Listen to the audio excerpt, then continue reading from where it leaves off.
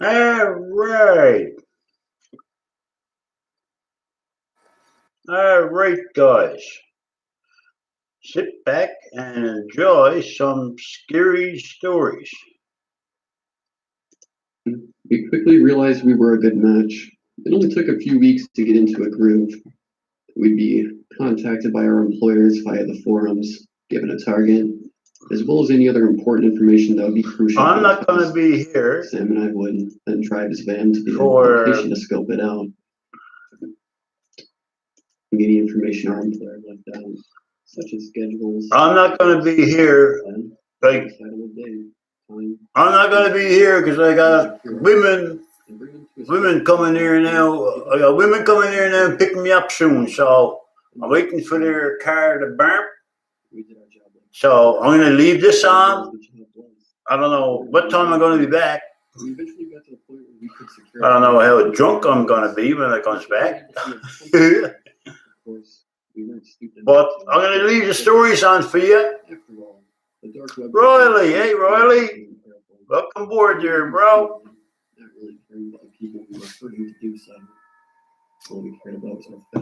I'm going to a party tonight.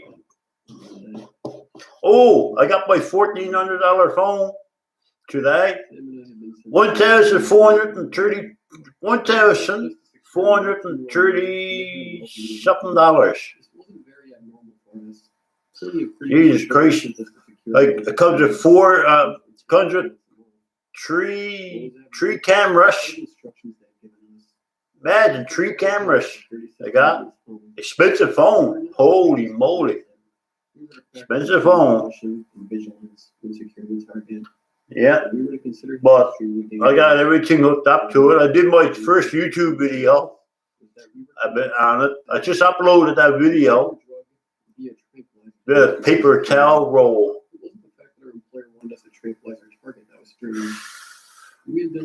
Push the paper towel roll down over the hill by steps. And just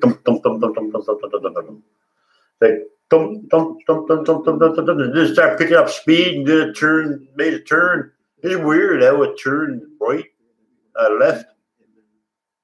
Anyone in our lives before or after taking on this line of work. I knew there was no way we could use this stuff to take our target alive. We just assumed our employer. So good to have friends. Oh man, it's awesome to have friends. Oh boy. Yeah. Guys, look what I got. I got a Pepsi can here. They used to make these in the 90s. Look. I got a throwback Pepsi can. Who remembers Pepsi cans like that? Watching TV, typical teenager stuff. That's French. Sam and I couldn't find a single reason to consider this kid intimidating. Throwback Pepsi can. And had more than likely never been in a fight before. But we had a job to do. That's awesome. I got a Pepsi can. Look at the box. Look at the box, guys. You don't get boxes like this anymore. You don't get Pepsi boxes like that.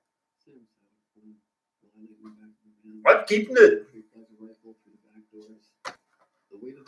Throwback, made with real sugar. That's made with real sugar, not that artificial crap what he puts in it now. Yeah. Unbelievable. That's what I got. Really old Pepsi. Old Pepsi cans, boy, made with real sugar. That's what it sounded.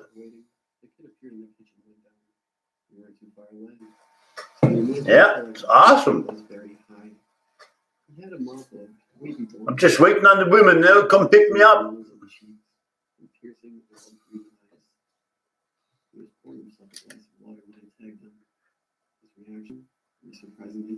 See, nothing here, no activity in here. If there was activity, that would go right up on red, or it would go up on green, then yellow, then orange, and red. Red means get out, like ASAP. I just shut it off. It goes up and then it comes back. like when you turns it on and when you shuts it off, it's almost like a car. You ever watch your gauges in the car? When you turns her up, they all goes right up, and then it comes back to normal. That's like that is. Same thing. Exact same thing. I bet you guys never really noticed that, did you? When you start up your car, I bet you guys never noticed that. Yeah. Next time you start your car, just look at your dash when you start her up. Everything go up on bus first. Your speed. All depends how do your car is too. Your speed and your gas, your heat, everything would go right up on bus. Then it'll go back normal. Yeah. What that is, the sensor's checking. It's checking if everything is okay. That's why it does that. I know it's a bit about cars. That's why the sensors in your, it's a main motherboard in your car. Every car got a main motherboard. That's what it does. And when you start your car, it'll go up, right up on bus. Everything will go up on bus. And then it'll drop back. Like, it'll go back.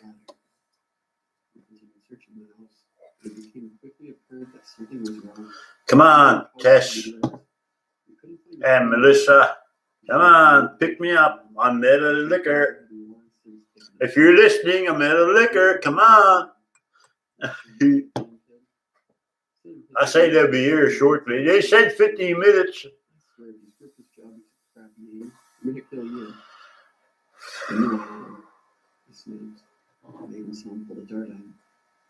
Women, my son, I tell you, it takes them some Now with that tranquilizer in him, our argument was cut short by a noise coming from the other side of the house. Well, wish happy birthday in the chat. Like someone was loudly stomping around. The noise continued for a minute, moving around the house before finally stopping. Tell your son to go watch the live stream and look what you did on the Jerry Lynch show. I don't mean nothing if I see 7 people watching, because you know why? I'll go on this now later on, supper time tomorrow. I'll go on this, and it shows like 200-300 people as after watching this live stream. I get more people watching my live streams than videos. Yep, that's a German flag. Yep, I brought it off Amazon. Brought off Amazon. It's cool. I like it. That's a German flag there. That's a Gothic clock and a haunted mirror. It's a haunted mirror. That's a Gothic mirror. You can see that it's not a normal mirror.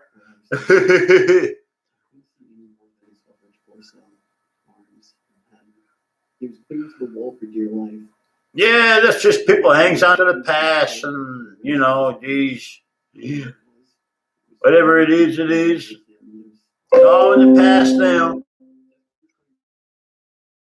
That's why we are like we are, because we can never let go, move on.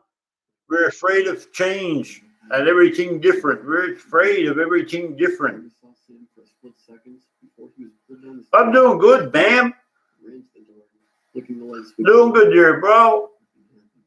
And I bet I'm saying the truth too. Like this, honestly, everybody's humanity now is all about greed and guilt and money and power.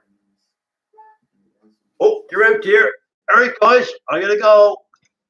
I'm gonna turn this up. I'm gonna turn this up, and I'll be right back when I get back from the party. It was easy to Bye, everybody. Even horrible people and make friends. And as much as I wanted to deny it, I formed a bond with Sam over the years working with him. Couldn't bring myself to leave him behind. So, scolded myself for being stupid, and made my way down the stairs.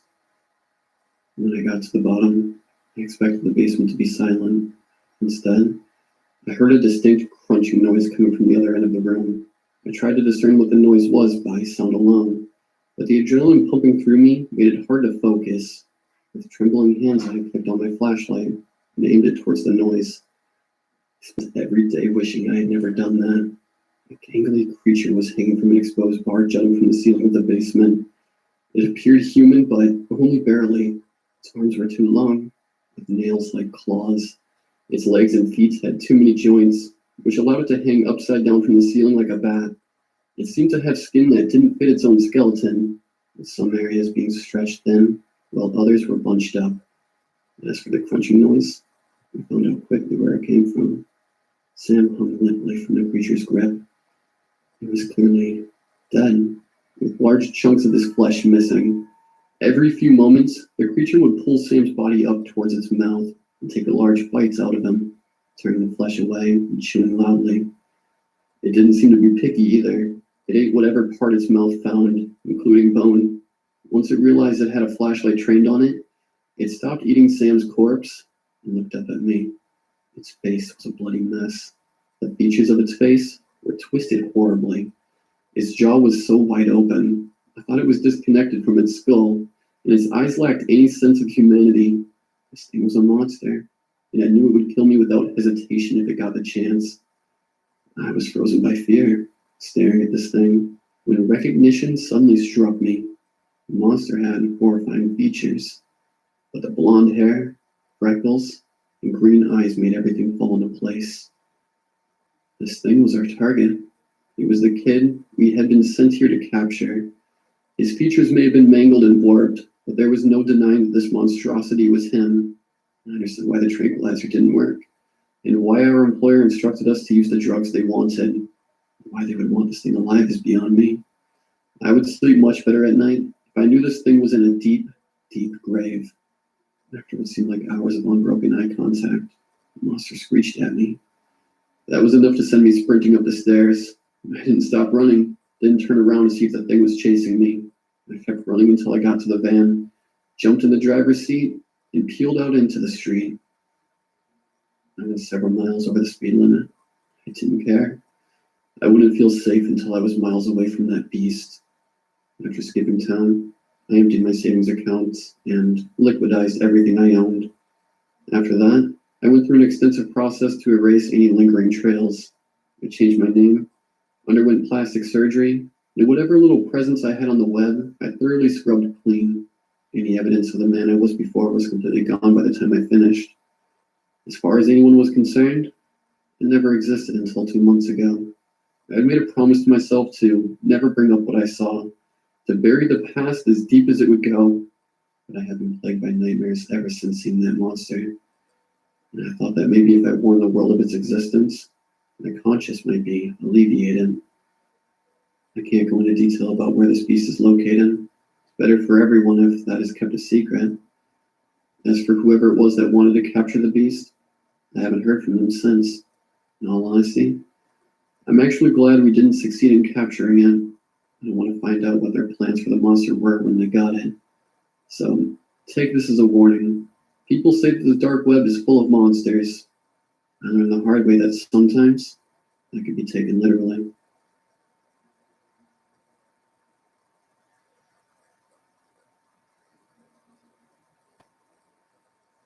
My name is Ty, and I'm an EMT in Canada. I'm a long-time lurker, but I had a call the other night that is making me submit for the first time ever. For a bit of a backstory, I work in a major metropolitan city running both emergency and facility transfer calls.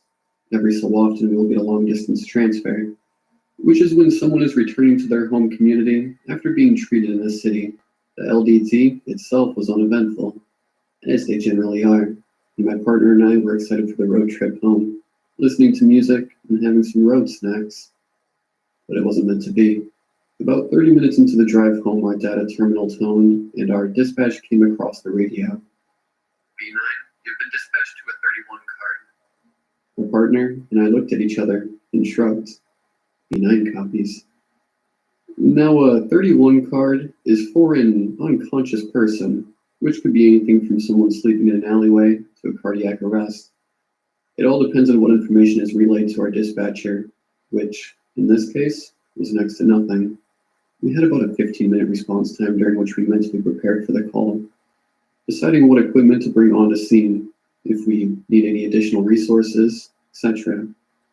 The biggest problem presented to us was that we were simply unfamiliar with the area, which meant we had no idea what extra resources we might be able to call in, or what the capabilities of the nearest rural hospital were.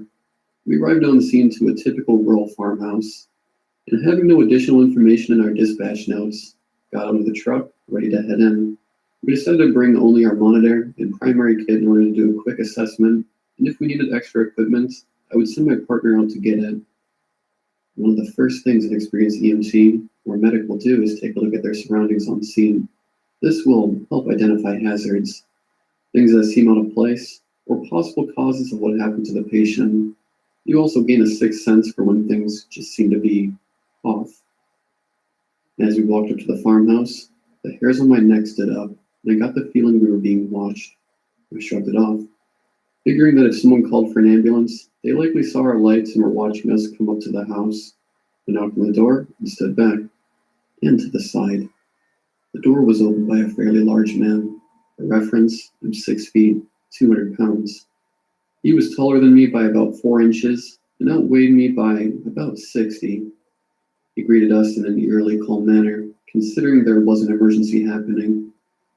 "She's in the back room," he said as he jerked his thumb over his shoulder and stepped aside for us to go in. As I walked into the room, I froze. My patient was on the ground, her throat slit. It was no longer bleeding, which told me that we were too late. That's besides the point. Someone having their throat slit doesn't just happen, and as I turned around to tell my partner that we needed to get the hell out of there, we were blocked by the guy standing in the doorway. "You're not going anywhere," he said as he pulled a large knife from behind his back.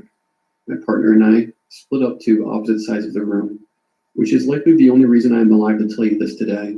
As he walked towards me, my partner hit him in the shoulder with our monitor, then brought it down onto his head. We ran out of the house, updating dispatch to the situation, and the police needed to be on scene ASAP. We informed dispatch that we would give statements at a later date, and that police could access our paperwork as needed. But there was no way in hell we were staying on scene longer than we had to. We made it back to the city in record time, and we were never so happy to see the city lights. I'm not sure I like LDTs anymore.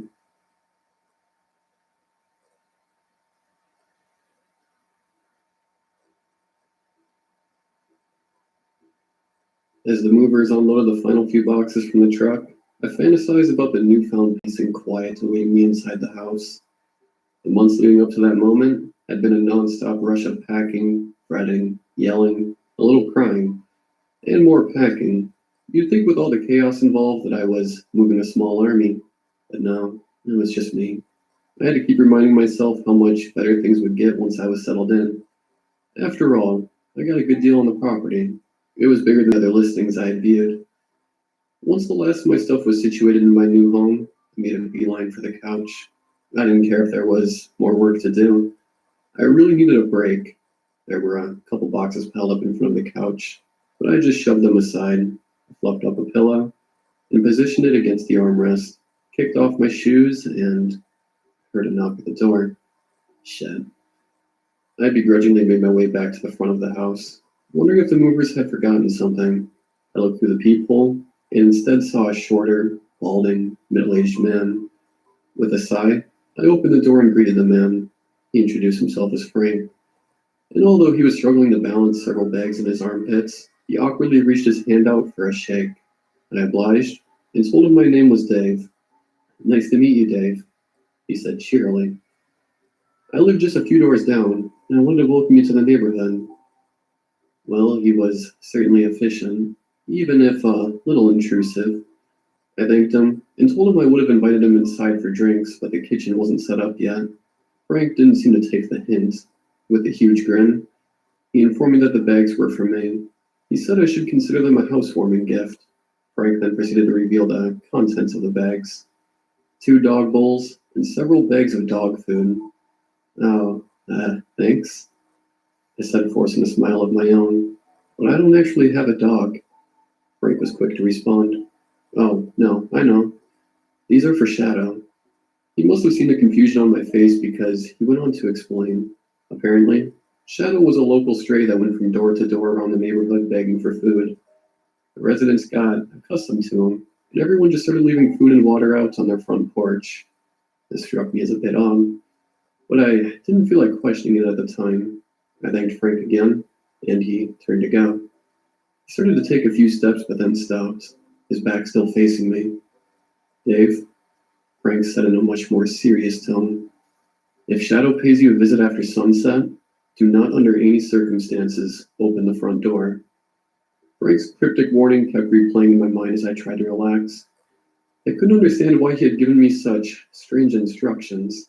If this dog was dangerous, why did everyone feed it? Why didn't anyone call animal control?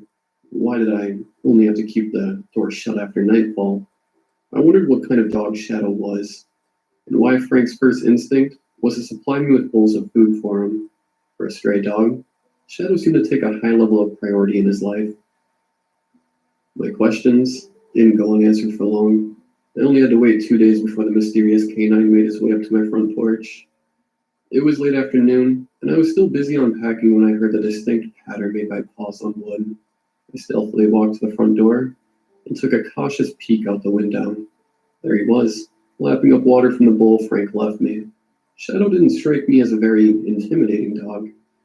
He was a border collie with a white and black fur coat. I knew they could be an excitable breed, but Shadow held a calm, still stance as he drank from the bowl. He must have sensed my presence because he abruptly stopped drinking and lifted his head. He turned to meet my gaze. I'd never seen a dog act like this before. He didn't bark or wag his tail. He didn't bare his teeth at me or growl. He just silently stared at me through the window. I began to feel uneasy. And that's when I noticed his neck. Despite the fact that Frank had told me he was a stray, Shadow was wearing a faded blue collar. And I was confused. Why would Frank lie to me about that? I tried to read the name of the dog tag, but I needed to get closer to see it. I glanced up at the sky. The sun was still well above the horizon, and Frank's word had already proven to be less than truthful. I decided that Shadow seemed harmless enough, so I opened the front door to get a closer look. I approached Shadow slowly, holding my hand out for him to sniff. Shadow just continued to stare at me motionless. I knelt down and patted his head with one hand, and reached for his collar with the other. Still no reaction. There were only two things listed on Shadow's tag, his name and an address. I felt a chill run down my spine. It took me a second to realize it, but the address was mine. I was thoroughly confused at this point. Did Shadow used to live here? Again, why would Frank keep this information from me? Up close, I could see that Shadow's fur was pretty dirty, and he had a couple of bald patches around his legs. If he did have an owner, he wasn't being well cared for. I thought about it for a minute and decided I should call animal control to see if anyone had reported a missing dog. I walked back inside and grabbed my phone. I looked up the number for animal control and gave them a call. A female operator answered on the other line. Animal Protective Services, how can we help you? Hi, I responded. I just wanted to report a lost dog. No problem. Does the animal have any identifying markings? Yeah, he has a collar. It says his name is Shadow. There's an address listed too, but it can't be right because it's the house I just moved into. I was wondering if maybe the previous owners were looking for him. Have you received any missing reports lately? There was dead silence on the other end. Hello? I asked after several seconds without a response. When the operator's response finally came, she was curt, and she spoke quickly. I'm sorry, sir. Our department will not acknowledge that particular dog. Wait, what? I tried to object, but I was cut off. The operator had hung up the phone. At this point, I was more perplexed than ever. I'd never heard of animal control refusing to acknowledge a dog. What did that even mean? I turned back to the doorway to take another look at Shadow, but to my surprise, he was gone. I walked out onto the porch and looked as far as I could down both ends of the street. There was no sign of him. I wasted no time making my way to Frank's house. There was clearly more to this dog than Frank had initially let on. As I walked, I took notice of the houses I passed. Each and every one of them had their own set of bowls put out on the porch. It was like some sort of weird dog cult. Of course, Frank's house was no exception. There were a couple of shiny silver bowls set next to his front door. They even had Shadow's name etched into them in fine calligraphy. I rang the doorbell, and it didn't take long for Frank to answer. He greeted me with the same huge smile as before, but this time, I thought I detected some apprehension in his eyes. Hey, Dave. To what do I owe the pleasure? I want to talk to you about Shadow, I said bluntly, not wasting any time. He told me he was a stray, but when I saw him just a few minutes ago, he was wearing a collar. Well, yeah, I guess that was a little misleading. You see, Shadow used to have owners. They abandoned him, though, and now he just roams the neighborhood freely. Frank replied with an exaggerated shrug. Despite his outward demeanor, I could tell Frank was getting nervous. I pressed further. Who were these owners? And why won't animal control acknowledge Shadow?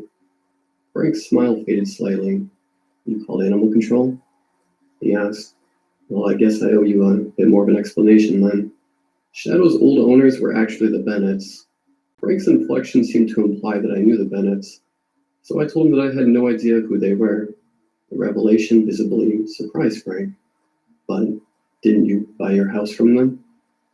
I corrected him, telling him that I had purchased my house from the bank. As far as I had known, prior to my move, the house wasn't lived in. No, that's not right, he said, shaking his head. That house was lived in only a few months before you got there. The Bennetts were good people. They mostly kept to themselves. But they were good people.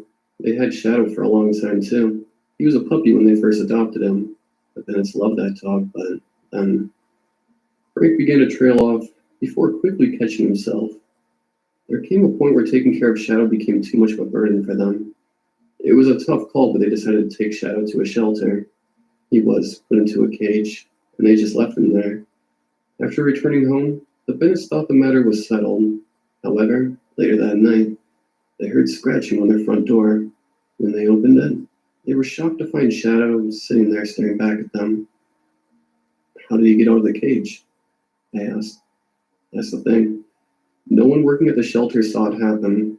Not only did he get out of the cage, but he also made it past 2 locked doors before starting a multi-mile trek back to the house. It doesn't stop there either. After Shadow returned, the Bennetts called animal control just like you. On 3 separate occasions, that dog was taken, and each consecutive night they found him again at their doorstep. Once again, no one could explain how this dog kept getting loose. Eventually, the Bennetts just gave up and moved away, leaving Shadow behind. It took a moment to process what I had just heard. A million new questions formed in my head. Why hadn't anyone told me my house had prior owners? Why didn't they sell the house directly? If they loved Shadow so much, why did they abandon him? Unfortunately, before I had a chance to voice these queries, Frank gave me an ultimatum. Listen, Dave, trust me when I tell you that you should just drop this. I understand that you probably have a lot of questions, but I promise you that you don't want to hear the answers. There are just some bells that can't be unrung. Please, for your own sake, just let this go. With that, Frank closed his door, leaving me alone and utterly baffled. Over the next few days, I began searching for answers in different places. It was obvious that Frank wouldn't help me anymore, so I turned to my other neighbors, on the street, at the grocery store, even at church. Anywhere I could stop and ask people about Shadow, I did. It seemed like everyone knew about Shadow, but no one wanted to talk about him. Despite the repeated warnings, my curiosity remained resolute. I was more determined than ever to find out the truth. I decided I would have to change up my tactics. If people wouldn't give me info about Shadow, maybe I could learn more from the dog himself. I set up camp next to the front window with a chair and a couple of books. I figured I would wait for Shadow to make another appearance on my block and follow him to see where he went. Luckily, I didn't have to wait very long. Around noon on the second day, I saw Shadow walk up a house across the street. This was my chance. I went outside onto my front porch and sat on the front steps. I waited impatiently for him to finish eating. I wanted answers. I wanted to know what made this dog so special. After what seemed like an eternity, Shadow finished his meal and started walking back towards the street. When he reached the curb, he noticed my presence. Once again, the dog just stared in absolute silence. His somber black eyes seemed to pierce through my very soul. I began to worry he wouldn't move, but he did eventually turn away. I kept my distance, trailing Shadow from the opposite side of the road. He walked with a clear sense of purpose, never stopping to sniff anything, and always keeping his attention fixed firmly ahead. I'd only seen other dogs behave like this in dog shows with people. Never when they were on their own. We walked for about 15 minutes and made our way to a part of the neighborhood I had never seen before. Shadow kept a steady pace throughout, so when he suddenly stopped, I was caught off guard.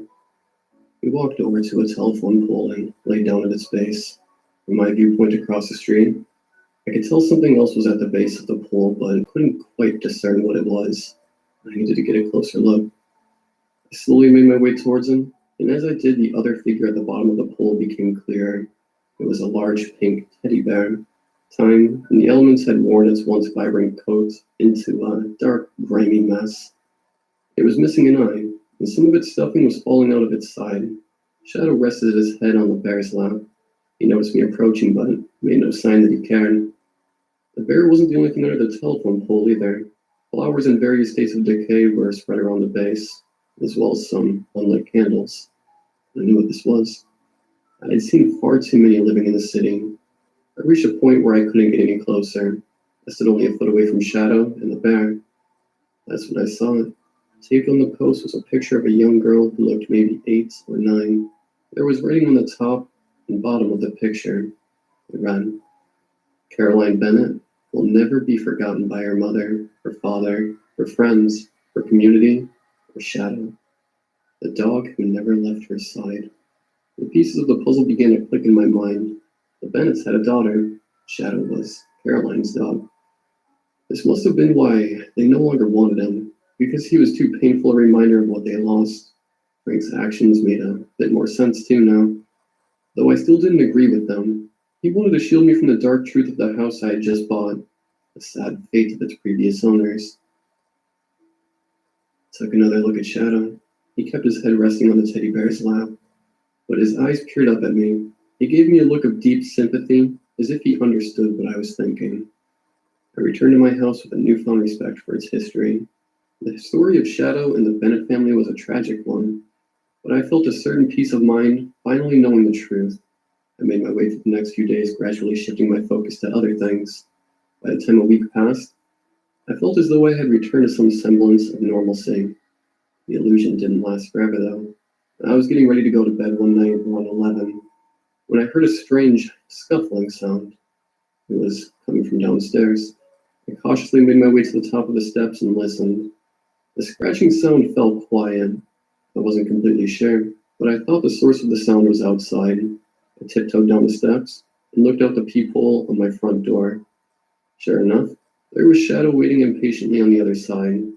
I realized I had forgotten to put his bowl back outside after I refilled it that day. It was still sitting on my kitchen floor. I began to reach out for the handle, but then stopped myself. I remember Frank's warning from the very first day. Don't open the door at night. That warning was still a mystery to me, and I mostly chalked it up to Frank's overcautious manner in dealing with Shadow. I felt like I had gotten to know the dog at this point, and I had a certain level of trust that he wasn't dangerous. A reason that my anxiety wasn't warranted. Shadow was a good dog. I once again reached for the handle, turned it to the side, and opened the door. The instant I looked out onto the porch, I was paralyzed with fear. I couldn't think, and I felt myself start shaking. I opened my mouth, but no sound would come out. It was too difficult to even breathe. I took a shaky breath of air and finally managed to choke out. Caroline? The specter stood beside Shadow. Her posture was unnatural. It was broken. Her shoulders rested at different heights, and her back was crooked. Her right ankle was cracked and faced almost completely behind her. Her neck bent sideways at an impossible angle, and her gaze was fixed on the floor. She only appeared to have one eye, and it was glazed in a creamy mist.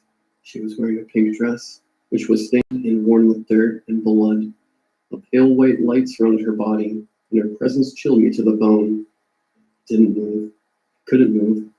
All I could do was stare. Caroline lifted her head slowly to meet my gaze. When our eyes met, I didn't see hatred or anger. I saw sadness and fear. I saw a little girl who lost everything except for the dog that she loved. Caroline started to limp forward, and I just moved aside to let her pass me. Shadow trotted obediently beside her. The pair made their way into the kitchen, where I had left the food bowl. Shadow looked up to Caroline, and she nodded, and lowered his head to start eating. I just kept watching on from the front door. As Shadow ate, Caroline reached a gnarled hand down to stroke him behind the ear. Thought I even saw a faint smile across her face. I just stood there watching the pair with a sense of awe and sadness. When Shadow finished, Caroline again turned to face me. They made their way back to the front door without stopping or acknowledging me in any way. I watched them walk off the porch and onto the sidewalk. I closed the door behind them and looked out the window. Now, all I could see was Shadow, making his way back in the direction of the telephone pole. The dog really did never leave her side.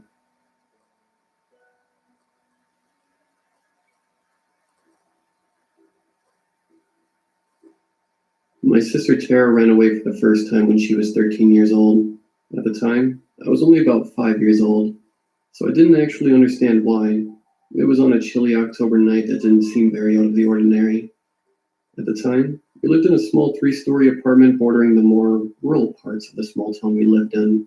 My mom woke me up from my nap to ask if I'd seen my sister. Since I was just a little kid at the time, I didn't feel very concerned about the fact that my mom couldn't find her. I was just grumpy because my nap was interrupted. I didn't really understand the seriousness of the situation until late into my life. That night, my mom searched the entire building for her. She went to the roof a few times because my sister always sat on the roof when she was upset. Eventually, my mom called in reinforcements to help find her. We never called the police because the police in that town weren't good people, but that's a different story. My uncle arrived within about 30 minutes.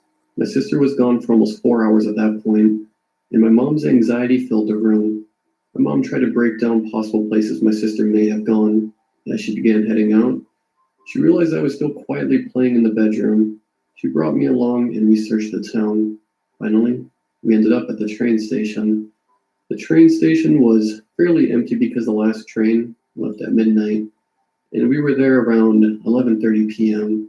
We ran from one side to the other, my small legs struggling to keep up. Mom only picked me up for short distances before her arms got tired. Her brow was stuck in a permanent furrow. Tara, Tara, I shouted with my shrill voice echoing off the walls. There she was standing glassy-eyed towards the tracks. She held the hand of a man. No, a giant with matted black hair and sunken eyes. He seemed to have hair in every visible part of his body. I felt a chill looking at this man. Tara, what are you doing? My mom shouted at the top of her lungs while sprinting towards her. My uncle had already approached them and pried Tara away from that strange man. Her expression hadn't changed at all. She was in a daze, an unrecognizable foggy look in her eyes. She gave a slight nod to the man, and he simply started walking away. My mom and uncle were torn between making sure Tara was okay and going after this man. Mom felt afraid to be by herself with both of us because she was in such a fragile state. My uncle stayed with us that entire night until my mom felt safe again, making sure to imprint the image of that man in his mind to deal with him later. Tara never speaks about what happened or who that was. To this day, she still acts like it never happened. But even though I was young with hazy memories, I remember that event very clearly. I wish that was the end of it, but that's only where it started. Like I said, that event was only the first time Tara ran away. As time passed, we forgot the events of that night, but Tara once again started behaving oddly once she turned 17. Tara was a very outgoing, friendly person normally, but a few months after her 17th birthday, she became quiet and cold. We were living in a different apartment this time with only 2 bedrooms. The apartment complex was nestled in the suburbs, very different from the more rural area we had lived in previously. I had to share a room with Tara, and I thought it would be fun until it was time to sleep. I was already a light sleeper, so I wasn't surprised when I shot awake at 3 in the morning. I sat up and perched my ear in the direction I heard the sound. There it was, a high-pitched giggle coming from my sister's bed. That giggle quickly turned into a boisterous laugh full of malice. I felt a chill run down my spine. I knew my mom wasn't hearing anything because she was on the other side of the apartment. I chose to be brave and slowly walked up to Tara's bed. She was lying face up with her eyes half open. Her eyelids twitched, and I very clearly saw the whites of her eyes going back and forth. When I approached her, she became quiet. Then I saw a wicked grin forming on her face. She started laughing that same evil laugh again. Felt frozen in fear for a long time.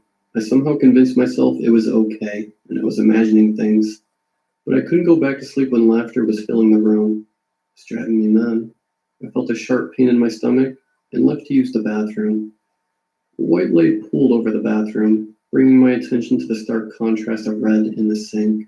Upon closer inspection, I saw that the sink was stained with blood, fresh blood. In an instant, I ran out of the bathroom to my mom's bedroom. I tried to open the door, but it was locked. I knocked repeatedly with no avail. Beams of early sunrise began to filter through the living room curtains. The warm sunlight helped inspire a new courage inside of me. I can't be afraid. I need to see if my sister is okay. I hesitantly entered my bedroom to be greeted by a blissful silence. Within minutes, I discovered another large pool of blood soaked into the bed sheets surrounding Tara. From the corner of my eye, I thought I saw Tara forming a sly side smirk in her sleep. I once again ran to my mother's door. This time, I had awoken her successfully and quickly went over all the details of the night before. I saw the same expression of anxiety and worry on my mom's face that I had seen 4 years prior. She burst into Tara's in my bedroom to see the same thing I had. Tara was in the bathroom by now. I could hear her soft humming mixed with the shower running through the bathroom door. Mom frantically crumpled up the sheets and picked up the blood-stained pillows to put in the wash.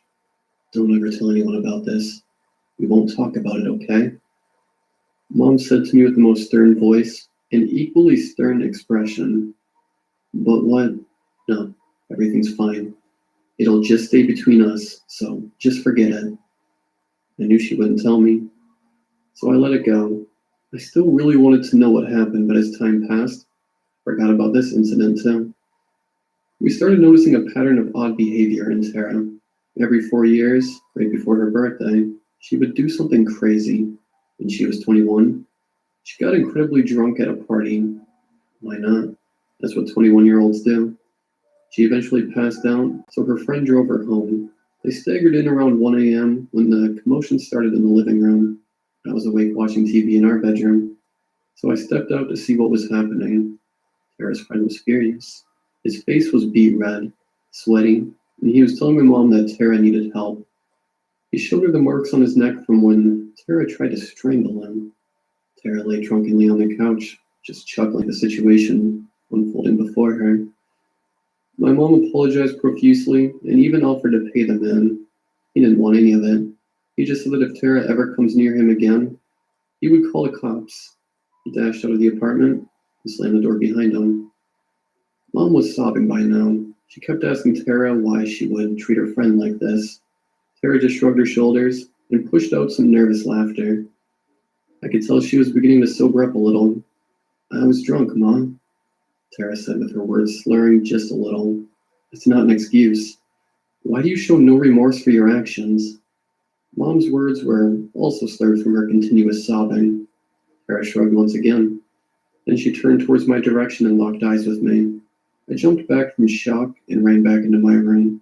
I covered myself up to my head with my blanket. Will Tara finally get the help she needs? Unfortunately, no. When I asked, Mom claimed that in our culture, we don't believe in therapy. She also believed that Tara will get better on her own. She was proven wrong once again when Tara turned, you guessed it, 25. Mom was making decent money by this point from switching jobs, so she put in a small down payment to buy a house. I was so happy to finally have my own room. So much so that I basically never left it. It was on an unusually warm October night. I was taking a nap after school when it was cut short by my phone's ringing. I groggily looked at my phone screen and saw that it was Tara's boyfriend, Cole, calling me. I hesitantly picked up the phone, wondering why my sister's boyfriend was calling me.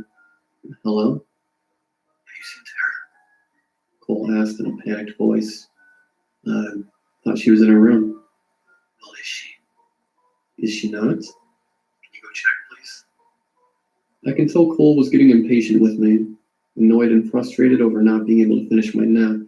I trudged over to Tara's room and knocked. No answer. Another knock. No answer. Finally, I decided to just barge in to find an empty bedroom with Tara's usual mess. I picked up the phone again. Yeah, she's not in here. Maybe she went out. I said matter-of-factly. I've been trying to call her all day and she hasn't been picking up. I messaged her on Facebook and she won't answer there either. Can you call her for me? If she's upset with me about something, I'd at least like to know so I can give her space. I agreed and hung up. Then I called Tara. To my surprise, I saw her phone light up in a fold of her blanket. What? Why would she leave her phone? Her cat lethargically walked up to me. He looked like he hadn't been fed all day, and his water dish was bone dry. I fed the cat quickly with Tara still in the back of my mind. I decided to search every room of the house. I even checked the backyard and our small tool shed. Then I saw it. Tara's car was still parked neatly on the driveway. She had to be around here somewhere. I called my mom to ask if she'd seen Tara, and, like some kind of switch, I remembered clearly the time Tara ran away the first time. I told my mom my suspicions, and she left work right away. I also called Cole, and he rushed to our house. I briefed Cole on the problems Tara had in the past. All of this was new knowledge to him. He berated us for not watching over her better and not getting her the help she needed. I felt guilty. I knew there was more we could have done, but we didn't have time for all that now. We had to find Tara again. Cole had a lot of police friends, so he knew the protocol of reporting a missing person. He knew that not enough time had passed, and since Tara was an adult, the case wouldn't be taken seriously.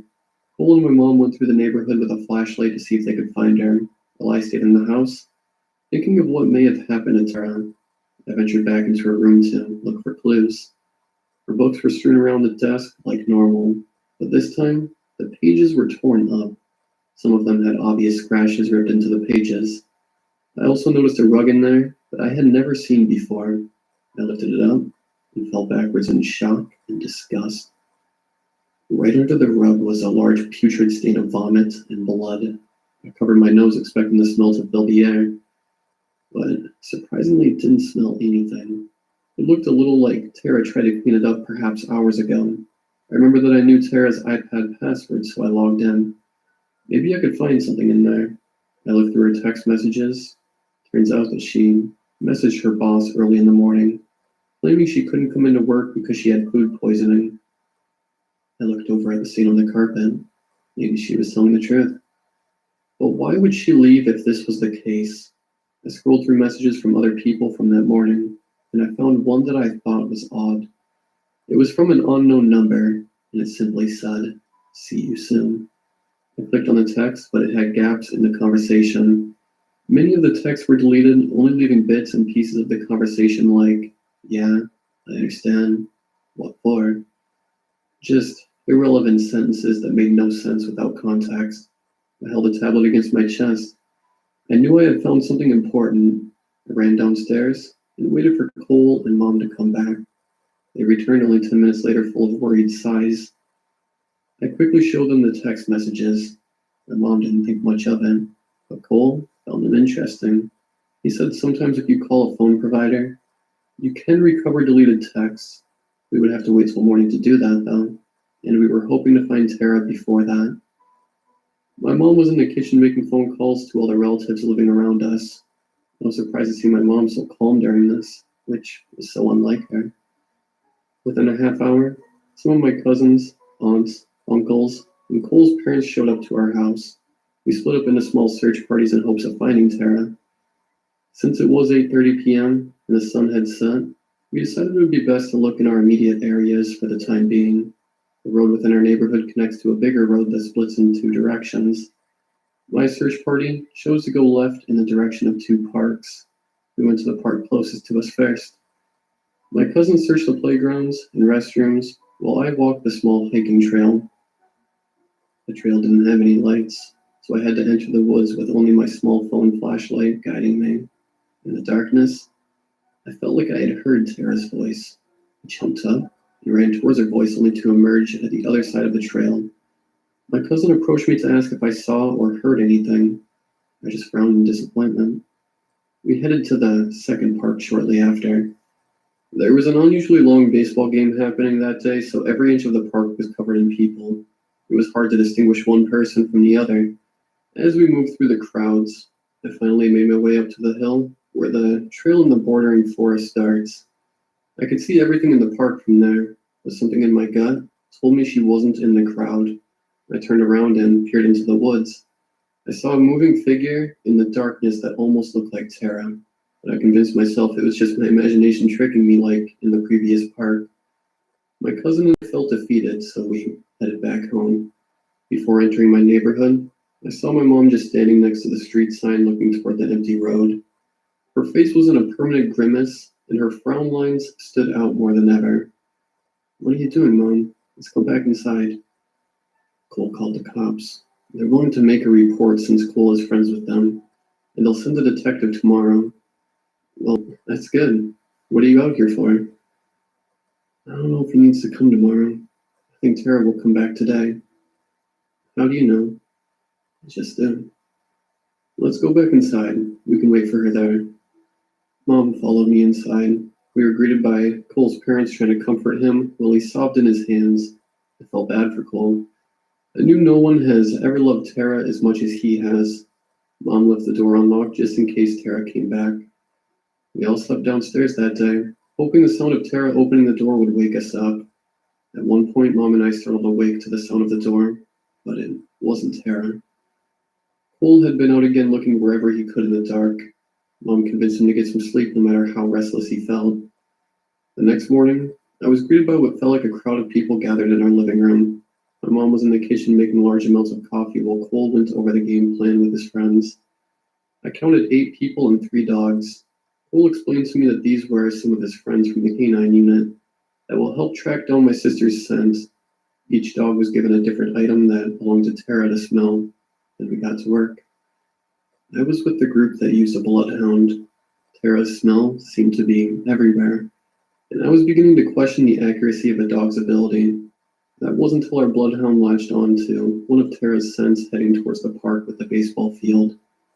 That dog led us straight to the trail in the woods next to the park where I thought I saw Tara the previous night.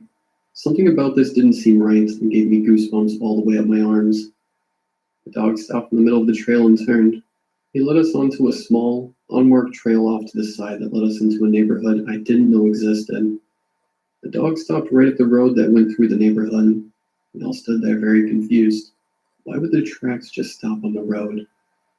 We all looked at each other, thinking the same thing. Someone might have picked her up there. But why would she be picked up at this seemingly unknown neighborhood? Was she kidnapped?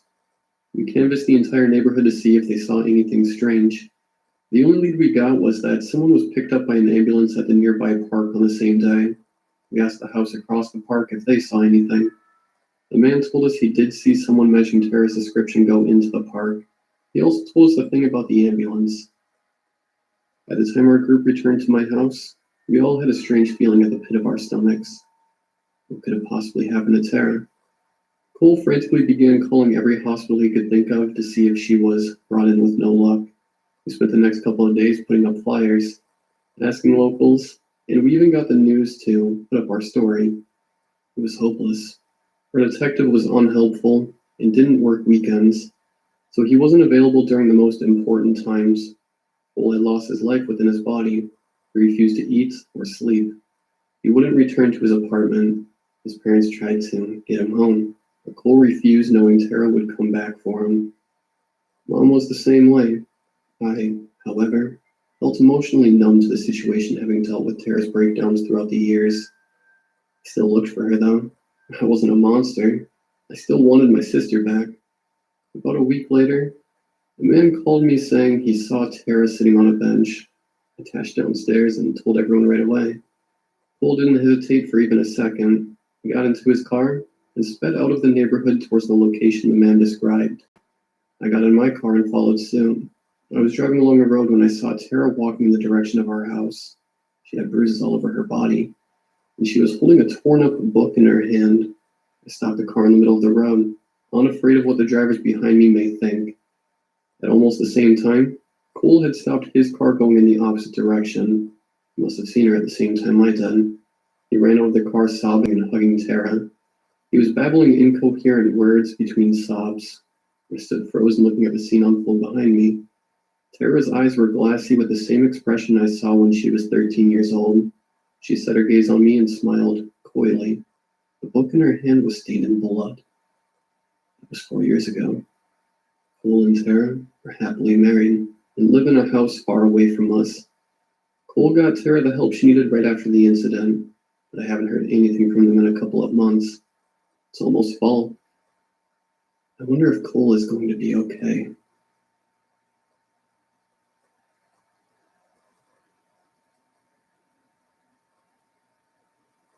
started with the old ghost stories.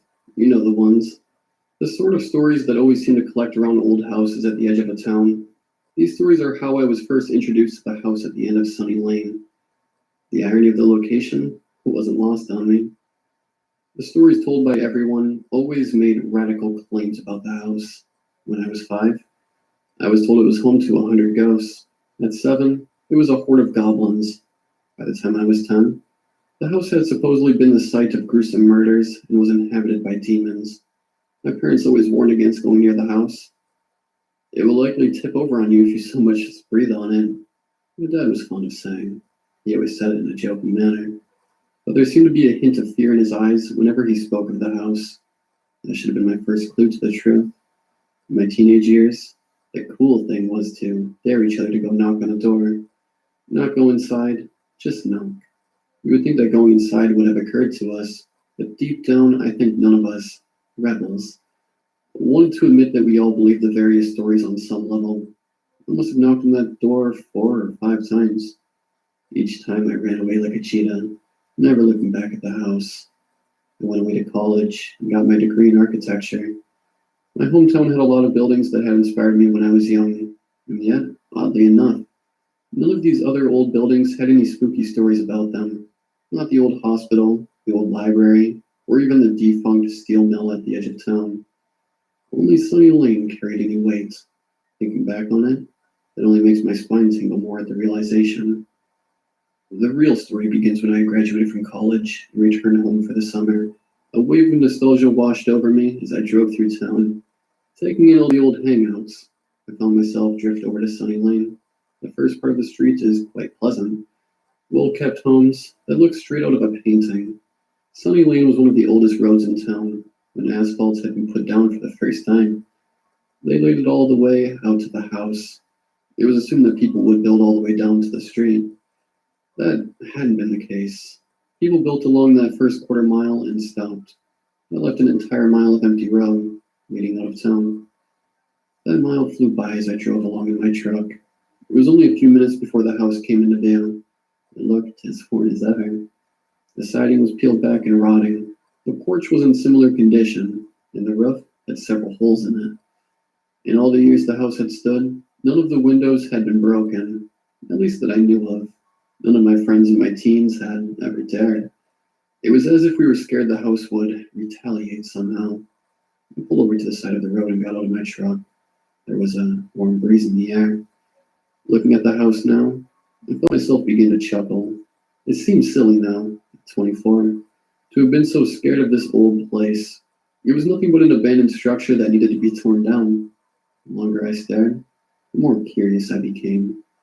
This house had been a source of many sleepless nights when I was a child. Now, I felt the need to prove how ridiculous those fears had been. I pushed open the iron gate to the edge of the road and walked toward the house. As I mounted the first step up the porch, the warm breeze died. I thought nothing of it. I walked along the porch, inspecting the outer walls and windows.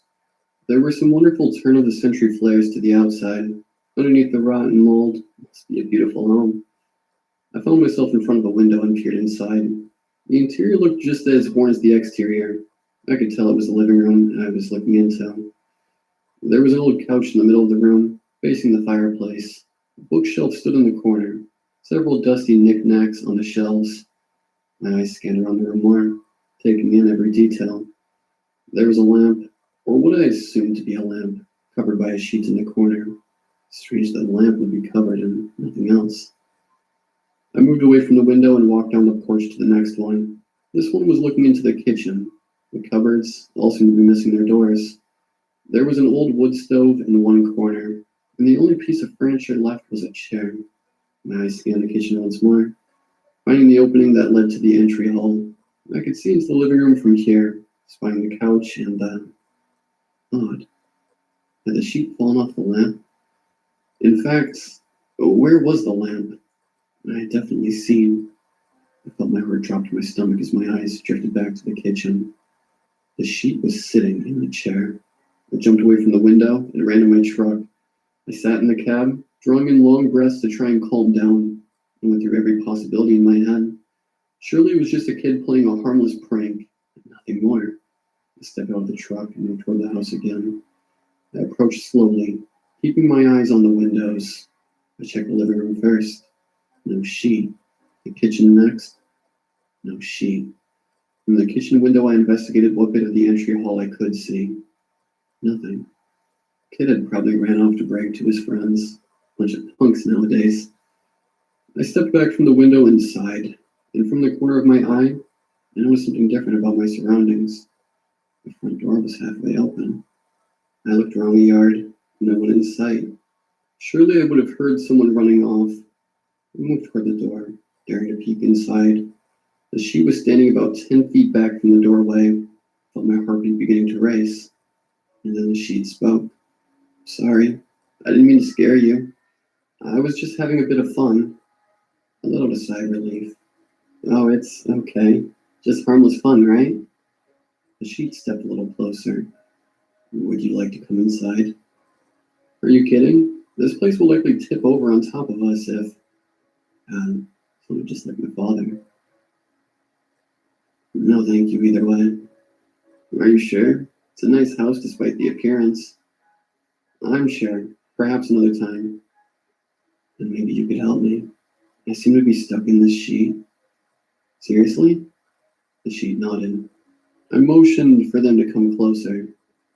Well, come here and let me help you. Can you come in and help me? I stood at the doorway.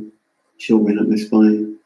Even at my age, I felt apprehensive about entering this place. I've never known anyone to do it. Are you sure you couldn't? The sheet came within a foot of the doorway. How about here? You'd barely have to cross over the threshold. Just reach in and help pull this sheet off. I was beginning to feel uncomfortable with the whole situation. I took a step forward toward the door, wanting to get out of here as fast as possible, perhaps hoping them would be easiest. I stopped about 2 feet from the door, taking in the sheet for the first time. It was worn and dirty. There were smudges all over it, most of them brown like mud, but a few of them were red, like blood. My own blood seemed to freeze in my veins. Why would you put on such a dirty sheet? Oh, I don't mind, but I would appreciate you reaching out and pulling it off for me. I stared at the sheet for a moment. I had just noticed an unnerving detail. The sheet didn't move when it spoke. No puff of air pushed the fabric out where the occupant's mouth should be. I felt my heart beginning to pick up pace. You know what? I think I have an appointment. Please help me. Just reach out and grab the sheet. Still no movement from around the mouth area. Why not just step on the porch for me to take it? The sheet's next words still haunt me. Then you wouldn't come in the house. Okay, this was too creepy. I was thoroughly freaked out and ready to hightail it back home. I took a step back and forced a chuckle. How silly. Why do you need me to come inside? The sheet was right at the threshold now. Haven't you always wanted to come inside? There are so many stories about what lives in here. Wouldn't you like to know the truth? I looked past the sheets into the house. Looks pretty normal. Nothing out of the ordinary. The sheet seemed to shake his head. No, but there is something very special about this house. I promise it's unlike anything you've ever seen. I took another step back as my gaze returned to the doorway. The sheet had taken a step to the side to give me space to enter. Not wanting to look directly at the face of the sheet, my eyes drifted downward toward the floor. And that's when I noticed the blood. A pool of blood oozing out from under the sheets. And the pool had stopped at the threshold, held back by some unseen barrier. I looked up one last time to discover an arm sticking out from underneath the sheets, and a gnarled, jet black hand at the end of it motioned inward. "Will you come in? I'm ready for supper." After that sight, I raced away from the house as fast as my feet would carry me. I never went near Sunny Lane after that, and when the summer ended, I moved 1,000 miles away. That was 3 years ago now. But every so often I feel this eerie pull at my very soul, like something is calling to me. My blood runs cold when this feeling occurs, and I feel as if something is wrapped around my neck, something waiting to take hold of me, like a hook or a noose, or a black hand waiting to pull me inside.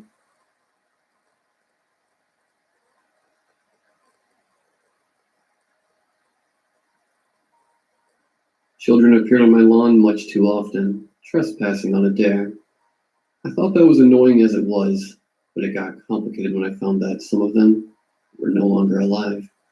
The crawling boy was one of the dead ones, the only one I'd seen so far, and the hardest to get off my property. That is, if he ever left. The living children were usually in their school uniforms when I discovered them in the daylight. Sometimes they were alone. More often they came in pairs or little groups of 3s and 4s, milling on the grass that stretched from the estate for miles on all sides. They always ran away screaming when I appeared on the front porch through the French windows. I'd be left standing there in my bathrobe, in early morning grumpiness, blinking in confusion like a newborn kitten with the sun in my eyes while they pointed at me, screaming in laughter, and ran right back into the trees where they'd come from. Another few days and there would be another group of them. I never had to yell or chase them out with a hunting rifle. All I did was show up with my coffee, and they'd dart back between the trees like fawns, gleefully terrified. There's no mystery as to where they came from. There was a school on the other side of the forest bordering my estate, a distinguished academy that was part day school and part boarding school. I have no other neighbors for miles. As to why they came, I knew that too. They dared each other, as I've mentioned before. It was almost a school tradition. I've been told that my house, the Hartfield Mansion, a glorified cabin if anything, was considered haunted because of how isolated it was. The adults told me this half-jokingly, but the children were serious. To be fair, it might have also been due to the fact that I and my late wife had spread some unsavory rumors about the area. We'd done it so nobody nearing retirement age would be tempted to move out here and interrupt our solitude with their golf games and outdoor tea parties. I'm an old man now with a gimp leg, and I have little tolerance for all this, but the rumors drew the children in, sometimes to terrible and permanent consequences. While I did have the satisfaction of being feared, if not respected, as the ghoul of Hartfield Manor, it nettled me that I wasn't scary enough to keep them from coming back. It wasn't just for my sake that I wanted them to stay away. The strip of woodlands they had to cross to get to my property was a dangerous place. Much too often, children had gone missing. Search parties would come out the other side of the forest disheartened and empty-handed. I had to do my civic duty as well, when I could. Whenever I noticed frightened children emerge from the trees, starved and crying, lost for a day or more, I would have to care for them at the house until someone came to pick them up. My wife was an angel to these bedraggled miscreants. I stayed out of the way and made phone calls to the school and the police. Of course, this obligatory kindness ruined my reputation for being a local monster of the haunted house. But I think those children were too traumatized by their misadventure to really be disappointed in me. If anything, their near-death experience in the forest amplified the danger, and thus the excitement of daring each other to do it again. The older students would try and learn and never return, but there would always be younger ones coming in every new school year, learning of the legend of Hartfield Manor from their peers, and getting suckered into crossing the forest again. They would be fine if they kept a straight line until they'd gotten to the other side, I always said, but the forest was a treacherous place, and it was easy to lose one's bearings and wander for days. My wife used to tell me to practice being a grandfather to them, instead of grumbling so much.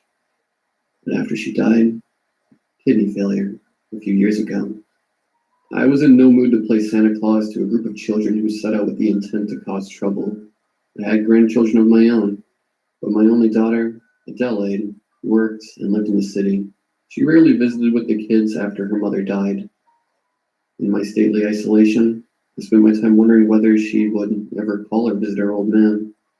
It didn't help feeling lonely when I had too much company of the wrong kind. The ghoul they had called me, and the ghoul I would be. The truth was, these children haunted me more than I haunted them. The school was growing tired of my phone calls advising the staff to keep their children under control. They assured me they were doing all they could. Still, I would wake up many a morning hearing their stifled laughter on the field. I wanted to stay indoors despite them, but they would venture closer and closer to the house until I was goaded to come out and scare them back into the woods. I'd had enough. So one day, when I saw a young boy lying on his side on the grass in the soft light of dusk, all alone, I didn't think to investigate. I went straight indoors and called the school. There's another one, I said. I was told there were fences put up on the other side. Why are they still getting through? There are fences, Mr. Hartfield, said the principal. It was the end of the school day, and she sounded a touch worn out. They've been up for a month now. Well, there's another one on my property, a boy. The children might have started climbing the fences. I'm going to have to call the police, you know. What's his name, sir? Have you spoken to him? We'll contact his parents as soon as we can identify him. I haven't spoken to him. He's taking a nap on my grass. She paused for a moment at this. Is he hurt? Well, I don't know, but it looks like something's wrong. He's just lying there like... I stopped. My gaze had wandered out the windows, and I noticed the boy had gone. I sighed. Hold on. I put the principal on hold and took a walk around. Nothing. If the boy had heard me and run away, or if some animal had dragged him back into the woods, that was not my problem anymore. Coldness was settling into my bones, but I felt a pain in my chest recalling the look of the boy, small and frail. His white school shirts an offensive contrast in the green of the manicured lawn, just lying there, curled on his side, facing away from me into the forest. I tried not to think of it again. The next time I noticed him, 2 days had passed and it was getting on to 10 o'clock at night, later than I had ever seen any of the other children before. Even when they were lost, I knew then there was something very wrong. The boy was on his side again, lying on the neat grass that the part-time groundskeeper Martin had carefully cut that morning.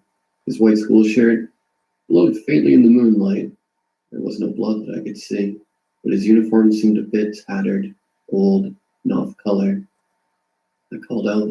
I could see the small body shiver briefly, but there was no other answer. Suddenly afraid for him, I limped over, going as fast as I could despite my bad leg.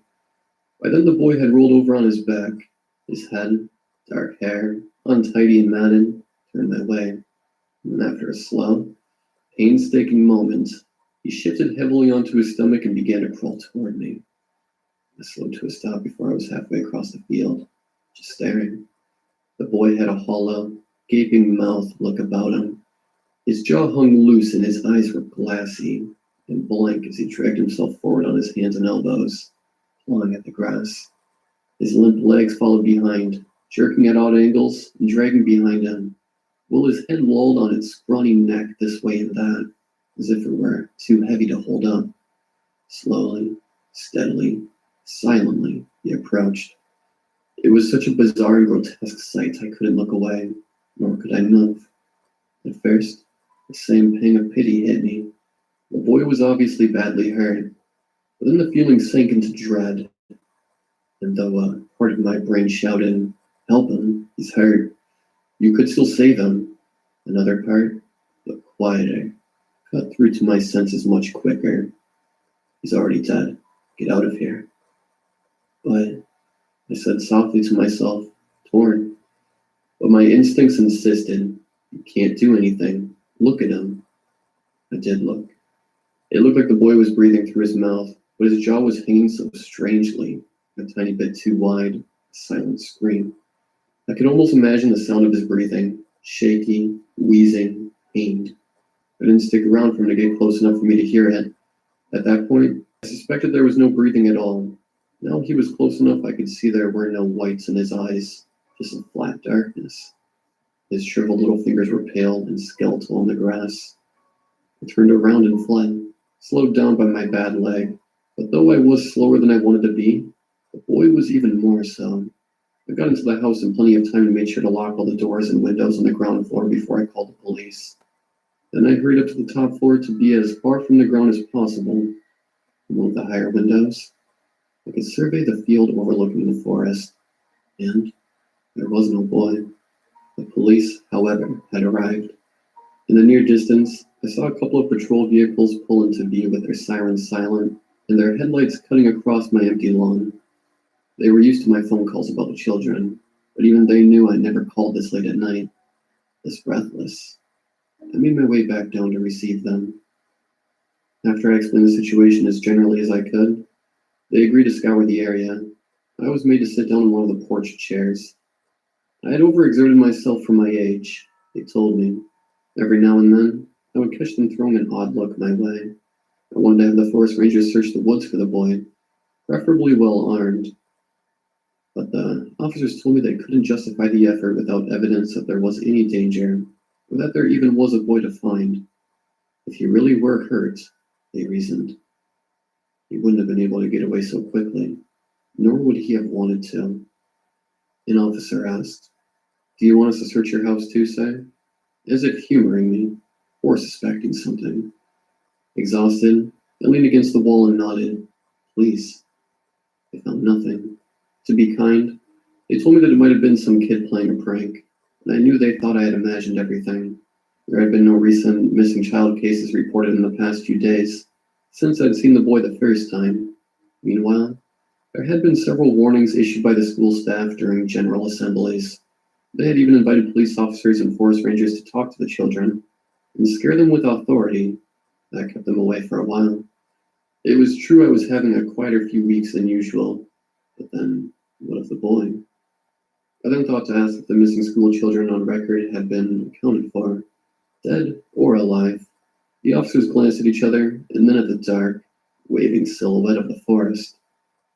Of course not, one of them said. Who knows how many of them are still in there?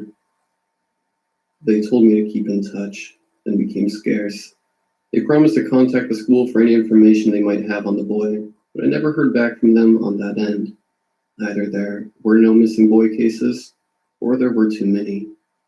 Another 2 days passed by uneventfully. I was more careful about taking all my medication, but I also found myself dusting off my old hunting rifle and practicing my sights on them. And the next day, I saw the body again, lying there on the grass facing the forest. I merely stared from behind the window. It was strange seeing him again in broad daylight. Seeing anybody, really, when I knew the school was off for the holidays. And as I stared, that little head flopped over on its broken neck and looked my way again. And just as it began to turn itself over and start the long, slow crawl to my house, I had drawn the curtains and rushed to the phone. The police came a little more hesitantly this time. I couldn't figure out why at first. They performed the same procedure all over again.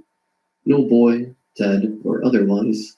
They asked me if I was on medication, and then I understood.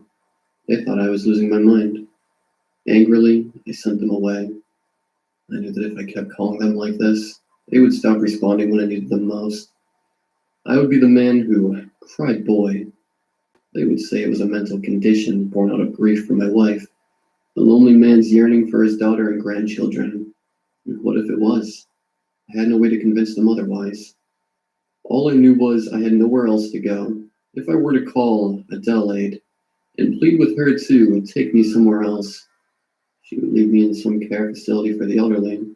My pride wouldn't let me leave the house, and so I had to put up with living children, and now the dead ones somewhere on my lawn. Every time the specter of the boy returned, I learned something new about it. I knew that every time I looked at the body long enough, it would somehow feel my gaze, and as if summoned, it would turn itself and approach me. No matter where he appeared on the lawn, he was always a good distance away, almost at the edge of the forest. But when he turned over, he would always look directly at the window I was standing at, no matter what floor I was on. As soon as I looked away to call for help or find a way to defend myself, the crawling specter disappeared, and I didn't know if it was because it had vanished into the netherworld, or because it was somewhere else on the estate, perhaps somewhere closer. Sometimes I fought my reflexes and kept my eyes on him before he could blink out of sight, but it hurt to watch, and I felt the life drain out of me the closer he got. I had to look away. I mentioned my old hunting rifle earlier. I kept its heavy case unlocked on the kitchen table beside the window. It was an eyesore there, next to the cut crystal vases and the ceramic salt shaker shaped like a cat. My wife would never let me leave it there, if she had been allowed to see it. I tried not to think of it. I only wondered if one could kill a thing that was already dead. I made sure the gun was close at hand at all times, and only threw the quickest of glances at the lawn from the corner of my eyes every morning to ascertain it was empty. This was hard to do since I was horribly nearsighted, and the corner of my vision followed a range of my prescription glasses, so I had to turn my head around to look a little more than I was comfortable with. I noticed the boy's form again at random hours of the day. My old heart would quiver and stop for a bit. At least I imagined it did, but I had to immediately look away, as if cutting my gaze off quickly enough, I could pretend I hadn't really seen it, but the thing wanted to be seen. What could it want with me? After the police had done their half-hearted job the second time, I had Martin, the groundskeeper, help me scour the estate for any evidence that the schoolboy had been dragged around by a wild animal, or perhaps fallen down a ravine and broken every bone in its body. We found absolutely nothing. Martin protested at the idea of digging up the estate to look for a buried child. I began to wonder if the body was somewhere in the forest, but that was beyond my curiosity to find out. Maybe you're a bit too lonely, said my daughter, predictably. I had her on the cordless phone, telling her of my ghostly encounters, as I stood on the porch looking out over the empty field. Do you want to adopt another dog? She said. I barked a laugh until her eloquent silence told me she was going to hang up if I didn't stop and take her seriously. The family dog, Old Chief, had died long before my wife did. There was a dog flap in the kitchen door leading out into the field, and I often caught myself looking at it sadly, but I had no energy for another dog. That's what I found myself thinking one day when, on an overcast morning, I saw the dead child crawling across the field toward my patio doors. This was new behavior. I hadn't even noticed him before he was already moving, as if he had decided to sneak up on me, as if he knew he could. While he was still a good distance away, I opened the French windows and stood on the porch with my gun lifted, but my poor eyes couldn't get him on the crosshairs. I couldn't even find him through the scope. The specter just disappeared from sight until I lowered the gun again and could see him plain as day. I could probably get him at close range, I thought, but I was no longer sure I wanted to, or if it would do any good. I kept feeling a stab of guilt for not being able to help him, in life or in death, for not being able to put him out of his misery. So much for this good old ghoul of the manor. I stepped back into the house and closed the doors. I drew all the curtains and packed my gun away, feeling my weak old heart grow faint. It would take a long time for the child to reach my house. I could get away by then, or call somebody. But who knows? But who would be faster? The crawling specter, or the police, or an old man hobbling away on his bad leg? The specter had always been slow but steady, like the tortoise in that old children's story in a race against a hare. But also like the tortoise in the story, he would reach his destination sooner or later. So there I was leaning against the granite counter with my pills spread across before me, and a glass of water trembling in my hands. The entire lower floor of the house was darkened by the heavy curtains and blinds drawn against the windows. I knew death was coming for me, and that it would be slow and steady and silent. But I never thought I'd be alone when it happened. I was considering calling up Adele again, and finally telling her I was willing to be taken to a care facility in that city I hated so much, when from the corner of my eye, I caught a silent movement. There was a quick wave of sunlight flashing from the outside. The dog flap at the kitchen door was swinging gently back into place. I was right about the sound of his breathing.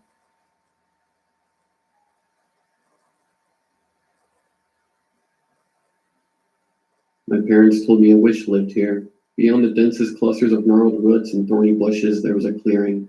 And in that clearing, you'd find her cottage. The clearing was hidden in a perpetual fog, but through the mist, they said you could make out the two large sticks that marked the front door. You know it was her house by the skull suspended above those sticks. It belonged to some kind of deer in life, with huge, eyeless sockets forever watching the edge of the trees, and two long, ribbed horns snaking their way up into the sky like calcified vines that never found purchase. If I strayed too far into the forest, they said, she'd surely snatch me up. My parents, it was a simple enough caution against wandering off and getting lost or kidnapped. But it was the mystery of the thing that inevitably drove me into the trees. The twisting branches of the canopy adorned the clouds like congealed veins, and paths through the underbrush would trace different routes than the day before. In the rainy seasons, every leaf swelled with droplets, and the ground became almost impassably muddy despite no rain ever breaching the dense thicket overhead. In the dry seasons, bugs would float like dust in an afternoon sunbeam, and a layer of moss upholstered every stone. My school friends and I would spend entire days in that forest. We'd identify landmarks, but had trouble finding them again. Sometimes they seemed much farther apart than we remembered. Other times we'd turn around and find them adjacent. Tricks of distorted childhood perception, I decided. Like when I fell and skinned my palm on the far side of the playground. I looked up towards the nurse's office in the main building, and saw the black top stretch out forever in front of me like a dolly zoom in a thriller. But every evening, we'd still venture out from among the trees and make our way home, if a little scratched and dirty for the trip. We always made sure to leave before sunset. We all knew about the witch. Even some of my friends, older brothers and sisters, knew about the witch. No one knew what she did to the kids she snatched, but everyone had a story they'd heard. Sometimes she ate the kids. Other times, she transformed them into animals. Some said that the forest itself was made up of children lost for so long they grew roots. We all wanted to find her. And while our games often involved playfully hunting the witch, we each silently hoped that we'd fail. Callum saw the witch once. He said he was walking along a stream bed when the sound of the stream faded away to nothing. He said he couldn't hear anything anymore. No flowing water, no wind, no birds or insects, just pure silence. And then a voice, a woman's voice, masked in echoes. The voice surrounded his head as if it came from everywhere at once. But Callum didn't feel afraid. The voice was gentle. It asked him some questions about himself. At first, they were simple questions, autobiographical, and then the voice started asking him harder questions, like whether or not he felt good when he lied, or if one could ever truly act selflessly. And then he saw her, but he can't remember what she looked like. He said the image in his head was fuzzy. The other kids laughed at him and said he was making it up, but not me. If he had been making it up for attention, he wouldn't leave out the most important part. He'd give them a story about a wrinkled, warty crone, or perhaps even a preternaturally beautiful maiden, sustaining her youth through the absorption of children. But no, he said the image was fuzzy. That was the part that scared me the most. As a teenager, I brought girls into the forest with me. It was one of the only places where we could be alone, and the thrill of the dark never failed to spark a little intimacy. I would tell them ghost stories as we walked. I pretended to point out signs of the supernatural around us. But once I sat a girl down on a fallen tree so I could step off the path to relieve myself. When I returned, she was gone. There was no doubt it was the same log, but she was nowhere to be found. I called out to her, certain that she had also gone to relieve herself, and heard no reply. I shouted for several minutes before giving up and collapsing on the log. I was more embarrassed than scared. Maybe she was playing a prank on me, and later she'd tell everyone about my panic. But as I peered through the trees, I realized that the crickets had stopped chirping. Then I remembered what Callum had said about the forest becoming silent, and I became aware of the ringing in my ears as my brain tried to make sense of the world without any oral stimulation. Thought I'd gone deaf. I froze where I sat, unsure if I'd be able to hear my voice if I cried out, unwilling to break the silence even by breathing. I waited for the voice. I imagined a creature surrounded by a bubble of silence. Wherever she went, the air around her ceased to conduct sound waves. What sort of a creature could do that? I held my breath for ages before a sound made me jump out of my skin. A frog croaked.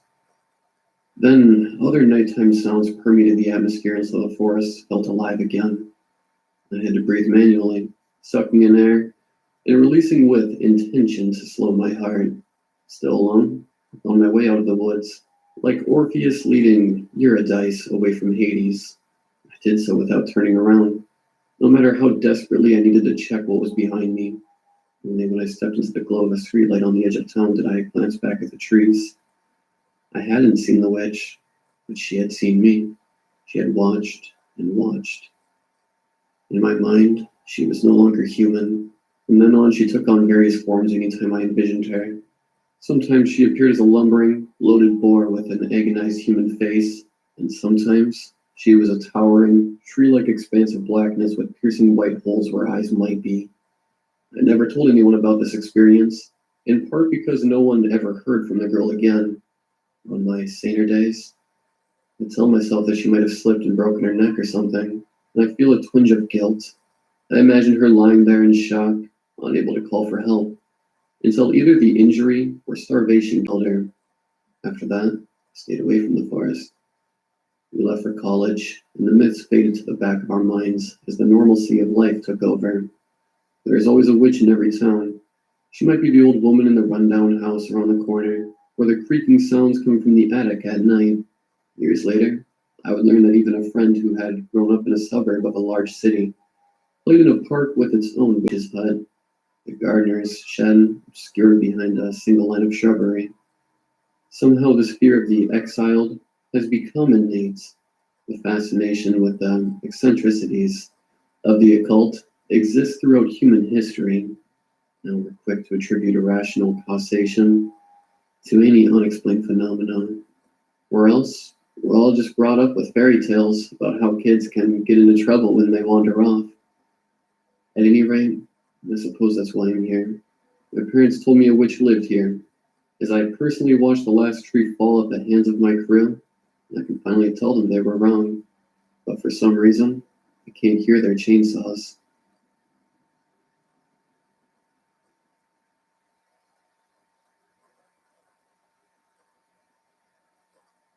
I woke up and started my day with a brisk cold shower. My feet traversed the oak staircase, down to the kitchen, where I only had time to scrounge together some eggs. I then headed to work.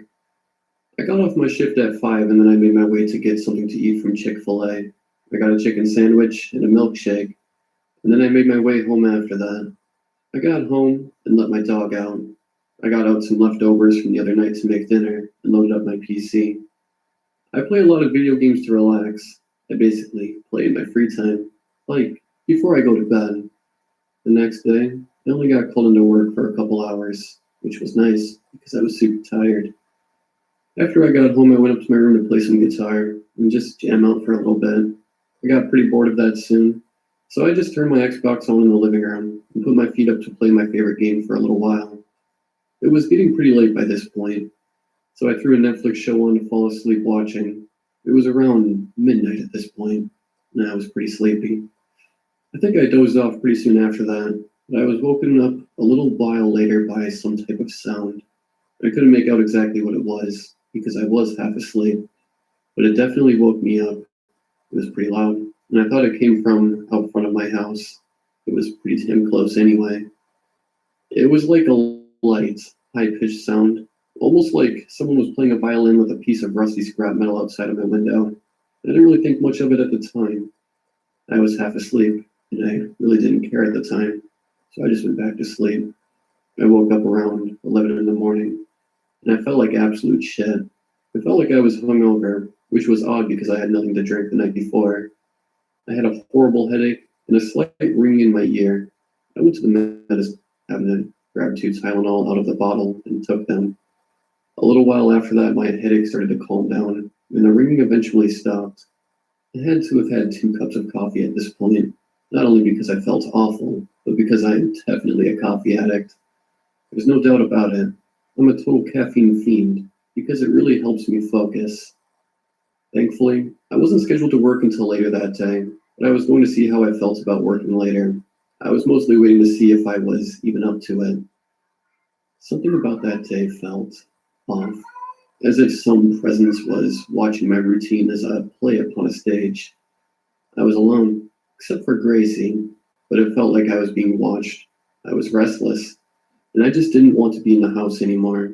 I thought that maybe it was because I wasn't feeling good earlier, so I thought maybe some fresh air would do me some good.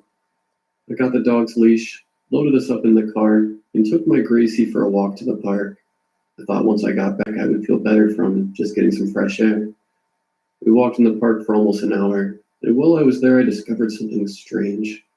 I was walking Gracie on a path in the woods which I hadn't tried recently, but could remember taking in the near distant past.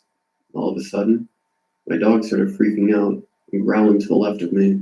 I looked over to see what she was barking at, but I couldn't see anything. It was totally out of character for her, as I had never seen her act so defensively before. I was sure that she had definitely either seen or could sense something out there that I couldn't. This piqued my curiosity, so I decided to investigate. I walked off the path, letting her lead me. Gracie was pulling the leash so hard, I tripped a couple times. She was choking herself just trying to get there. I was walking for what seemed to be forever, until we finally got to where she was leading me, and it was in the middle of the woods.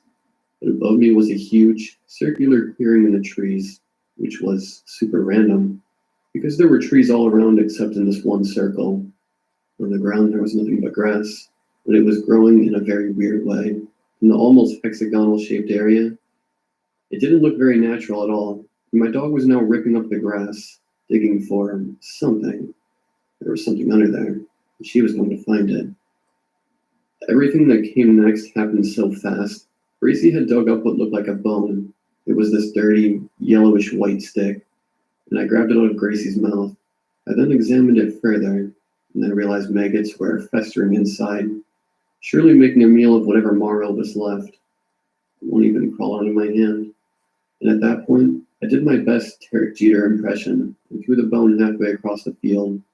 I yelled at Gracie not to go after it. I then started jogging back to the path, and Gracie and I ran straight back to my car and drove home. I was just disgusted at what I saw, but I was also very curious about why there was a relatively large bone buried in the woods, and I didn't know it then. But this was only the beginning. I didn't get much sleep that night, because I was trying to understand it all.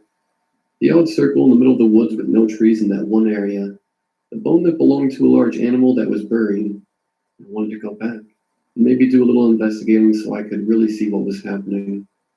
It was around 1 in the morning at the time, and I heard a large whoosh come over my house, almost like an airplane flying over. You know how if you stand on the ground and a jet flies by flying low? Well, that was the sound that came over my house. I was startled from brainstorming ideas of what could be out in the woods when the loud sound went over my house. I got right up without blinking an eye and headed downstairs. I hopped in my car and flew down my street towards the park. I was 2 streets away from the park at a stop sign when I saw something in the air above the woods. It looked large and black, and I couldn't quite make out any details, but there was a light underneath, and it was shining down on something I couldn't quite see. I quickly made my way towards it, trying to keep my eye on it while driving at the same time. Nobody was out this late at night, and the street was mostly dark with a few flickering streetlights. I parked my car in the park's parking lot and got out. I didn't have much on me except for my phone, which I had in hand, and I turned the flashlight app on to see. I was on the same path I was on earlier, and all of a sudden I started to hear this chanting. It almost sounded like some kind of ritual chant, like the kind the monks do, but it sounded oddly pleasant. The chant almost sounded like a choir filled with beautiful voices. I didn't want to disturb whoever was making the sound, and I didn't know what else to do. So forgetting why I was there in the first place, I started to head back. I had gone back to my car when I saw that thing in the sky again. It was almost hovering over me for a second, and the next, when I looked back up at it, it just disappeared. It was there 1 second, and gone the next. It was like something out of a movie, but this was real and right in front of my face. I hopped in my car and quickly sped off. I got to my house and went right to my bed. I made sure all my doors were locked first, though, because I was pretty frightened. I had no idea what I had seen, so I tried forgetting about it and just falling asleep. I don't know how much sleep I got that night, but I woke up around 1, knowing I wouldn't be getting any more sleep anyway. I went online. I was researching the flying thing I saw in the sky to see if anyone saw the same thing. I quickly realized that what I saw that night was a UFO. The way it acted and how it defied physics added up. It hovered without moving and then flew away within microseconds. No man-made thing can do what that thing did. My brain then sparked the second thing I witnessed, the chanting. I messaged a couple of my online buddies about what I saw, and they suggested that it was some type of cult. I told them about how I saw the circle in the middle of the woods, and the hexagon-shaped grassy area, and they sent me this article on a nearby cult ritual that took place in the 80s where they sacrificed a little boy. It was all over the paper back then, and whispered about around town. If you lived here, you would know about this story. There was speculation about if this cult was still functioning, or if it was even still around today. Most people thought that all the members had either died out or moved on. So I was sitting there thinking to myself about how I just found this strange cult that nobody knows about. Now, I really wondered if the UFO was connected to this strange cult. I tried to go about my day like usual. I went grocery shopping and ran a couple other errands. While I was out, I saw this really cool laser, which was green like the kind of tactical laser they use in the military. I got it for around $50 because I'm into that type of weird stuff. I wanted to use it next time I went out to explore the woods, and maybe to mess around with a couple of my neighbors. Nothing odd happened that week until Saturday. This is when I saw something I never should have seen. It was Saturday night, around 3 in the morning. The moon was full, and the wackos were out. You know what they say about the full moon and the crazies? Well, tonight that was the truth. I couldn't help myself but to explore the dark and spooky woods. I really wanted to know where that beautiful chant was coming from. The way I would describe it would almost be like a siren's calling. The siren is a mythical creature that would lure in unknowing sailors to their death by their enchanting song. It was like this, but a choir all in unison, together chanting this song. I still can't describe it in words. But I needed to find the source of it, and I was going to. So, I was walking around on and off the path until I came across where I witnessed it last. I saw a dimly lit flame far ahead of me in the woods. I couldn't make out much around it though. Because of the trees and brush around me, I started to make my way over to it, watching my steps so I wouldn't alert anyone to my presence. If I was going to see what was happening, I would need to do it secretly and silently. I thought I knew what I was getting myself into in reading those articles online. This was a cult where they did rituals to someone or something, for God knows what reason. I could feel my adrenaline start kicking in just thinking about what I might see. For me, the danger just added to my excitement. It was like a key to my own personal door of blissfulness. I believe that once you aren't afraid of death and the unknown, then you can unlock the real joy of life. Some might say I'm a thrill seeker, but I like to call it my addiction. When I'm in a situation I shouldn't be in, I feel as if I'm whole, to break through a threshold of right and wrong, and the reward is stimulation to my mind. It might sound a bit crazy to you, but aren't we all a bit crazy in some ways? Anyway, as I was creeping up on this fire, I saw multiple people around it. I ducked down in the brush, trying to camouflage myself as best as I can. I was glad that I had thought to wear dark clothes that night. It really helped me to camouflage myself better in the dark woods. I started to listen to what those people were saying. I was probably 30 yards away at this point. They began to chant that song, and it filled the air with this almost joyous feeling. I felt good just listening to it. It wasn't scary, and it didn't make me feel like I was in any danger. I was just oddly at peace. I continued to watch to see what they were going to do next. They started to switch from the chant to a constant repetition of this one word, which seemed to be in some type of possibly ancient language I didn't recognize. They repeated this one word over and over again. I had no clue what would happen next, but then they doused the fire in gasoline, shooting embers up into the moonlit sky. All of a sudden, I remember seeing someone bring some type of squealing animal out. The creature had to be in pain because of the cries that this animal was making. They laid it on the ground and sprinkled it with some sort of dust while continuing the chanting. I saw one of the members take a large knife that was glowing red from the fire. He took the knife and sank it right into the animal's neck, spewing blood everywhere. As the poor thing cried out one last time, then they took the lifeless corpse of the animal and threw it into the raging fire in the middle of the circle. It caught pretty quickly, and suddenly a putrid smell rushed my nose. It was the smell of rotten flesh being boiled. They all began to chant louder and louder, all rising up, stretching their arms and lifting their hands to the sky like they were all reaching for something. I was in shock of what I just saw, but I wasn't scared. My adrenaline now was pumping so fast through my veins I could feel it. I knew I had to get out of there before the sunrise, which would be soon. It was almost 5 a.m. at this point. The sun would be coming up and revealing my position within the hour. Out of nowhere, they all stopped. And that made me nervous. It was dead quiet to the point where you could hear a pin drop. I heard distant birds chirping and a couple crickets here and there. I then felt something slither across my leg. This made me jump a little, because I wasn't too fond of snakes, but I knew I still needed to remain calm. As I moved my leg, a branch cracked under me. At this point, it was still dead quiet, and I knew someone had to have heard that. I looked up towards where the ritual was taking place. I peeked my head over the bush and saw someone looking directly at me. Then, as if the rest of the world quit existing, it was me and this cult member, eye to eye, about 30 yards apart. There were so many thoughts running through my mind at the time, but the only one that stood out the most was run. I stood up, and with my adrenaline pumped legs, ran as fast as I could back to the path. I was pretty muddy from lying down in the dirt for the last hour, and I looked like shit. I wanted to look back to see if anyone was chasing after me. I was too focused on getting to my car and getting the hell out of this park. I got back to my car, clicking the unlock button on my keys multiple times before it opened, and finally I got in my driver's seat. I locked the doors and turned the engine on. It was still fairly dark out at this time, and my car lights were on.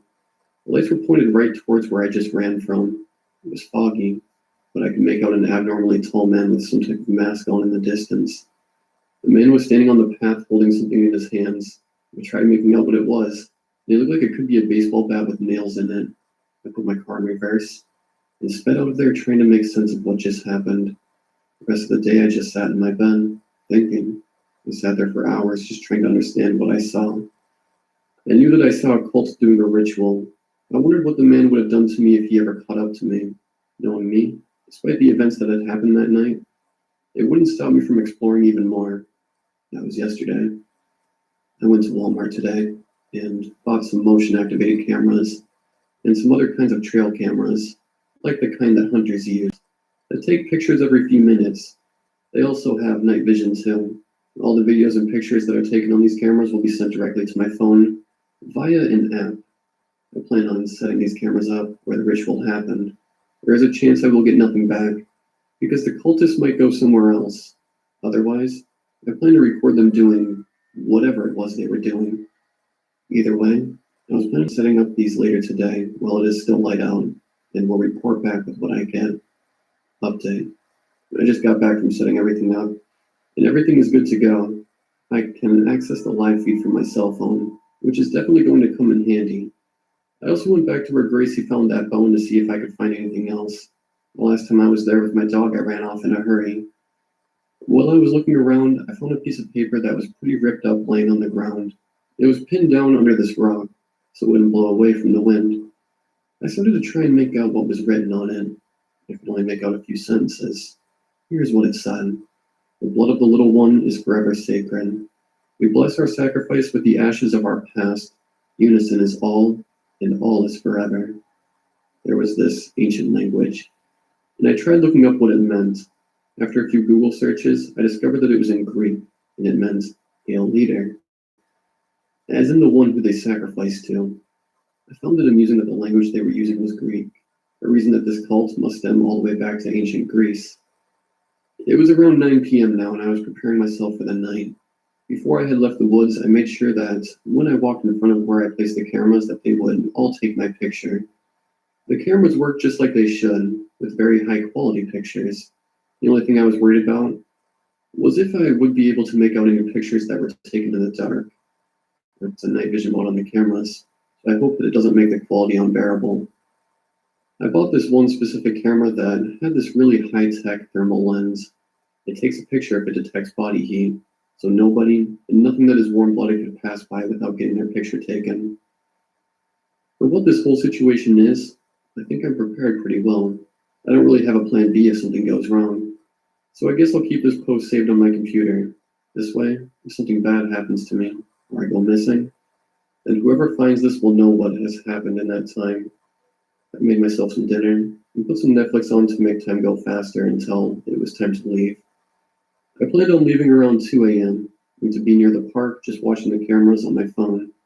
I was a decently patient person, so I could sit there for hours and wait until something happens. After watching a couple episodes of my favorite show, I got up to go to the bathroom. My bathroom has a window that you can see my backyard from. I was just doing my business when I thought I heard something rustling around out back. I peeked through the blinds from my bathroom and didn't see anyone. I washed my hands and headed downstairs to turn the outside lights on. I had a better angle now to view the whole backyard. I turned the lights on, but I didn't see anything then either. I started to chalk it up to my mind just playing dumb tricks on me because of what I would be doing that night. I turned the lights back off, and all of a sudden I could see the shadowy figure that was far back at the edge of my fence. It was just standing there, apparently doing nothing. I closed my eyes, holding them shut for a long moment before I opened them again, because maybe it was just my mind playing tricks on me. When I opened my eyes again, it was still there. The figure was solid black and unusually tall. I would say it had to be at least 7 feet tall. I turned my lights back on, and it instantly disappeared. It was almost 1 a.m. at this point, but I felt compelled to leave early. I made sure all my doors were locked, and I headed to my car. The night was just getting started. I got into my car, put my keys in the ignition, started the engine, and I pulled out of my driveway. I headed to the parking lot of a closed coffee shop that was nearby in the woods. I turned my car off and plugged my phone in to charge it. I loaded up the camera app to see what was currently going on, and there was nothing. What a surprise, I thought. I'm not too sure how long I waited, but it had to have been a few hours before something caught my interest. The notification popped up saying Camera 1 has activity. Click here for details. I clicked the notification and I pulled the feed up. I couldn't make anything out, so I turned the night vision mode on. As I turned this mode on, I could see to the far left of the screen 2 tiny glowing eyes. I tried zooming in, but it wouldn't let me. I swiped over to my other cameras, trying to make sense of what I was seeing. Camera 2 was the same, but now there was double the eyes. You know how a cat's eyes glow in the dark? Well, it was the same thing, but had to have been 7 feet in the air. I went to my third camera, and I could finally make out a person. They had to be wearing some kind of dark colored robe, because I couldn't make out any features on it. It also had this weird mask on. It appeared to be some type of animal skull with sticks coming out of it. This thing was wearing an animal skull on its head. Then, I remembered I had my thermal camera. I quickly pulled up the video feed and clicked the scan area option.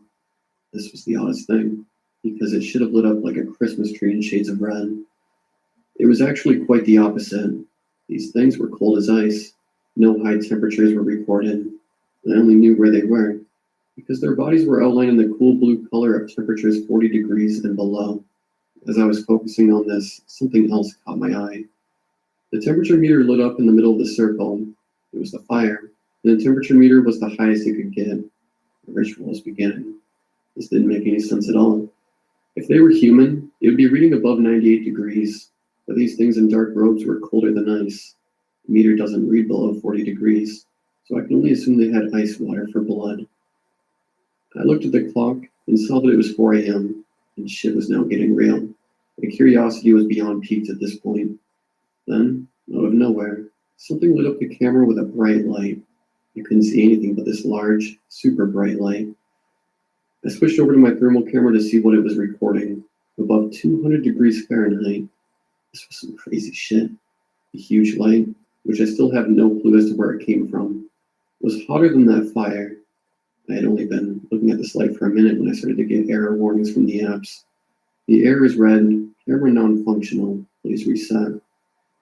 I was really curious now that all my cameras weren't working because of the heat.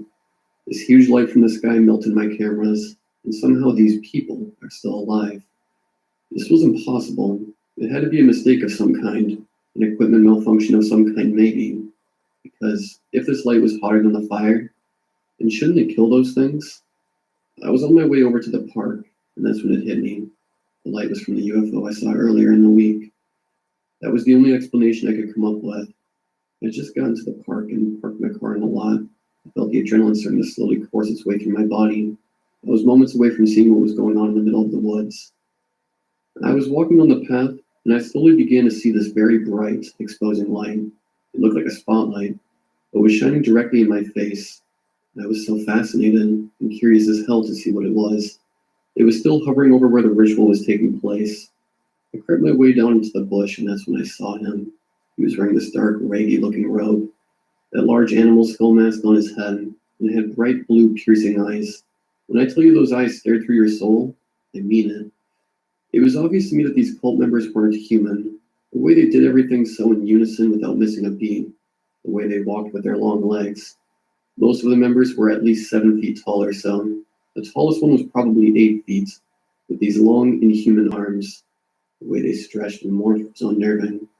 I saw him bend down, and it almost looked like he broke his arm, and then snapped it back into place without flinching.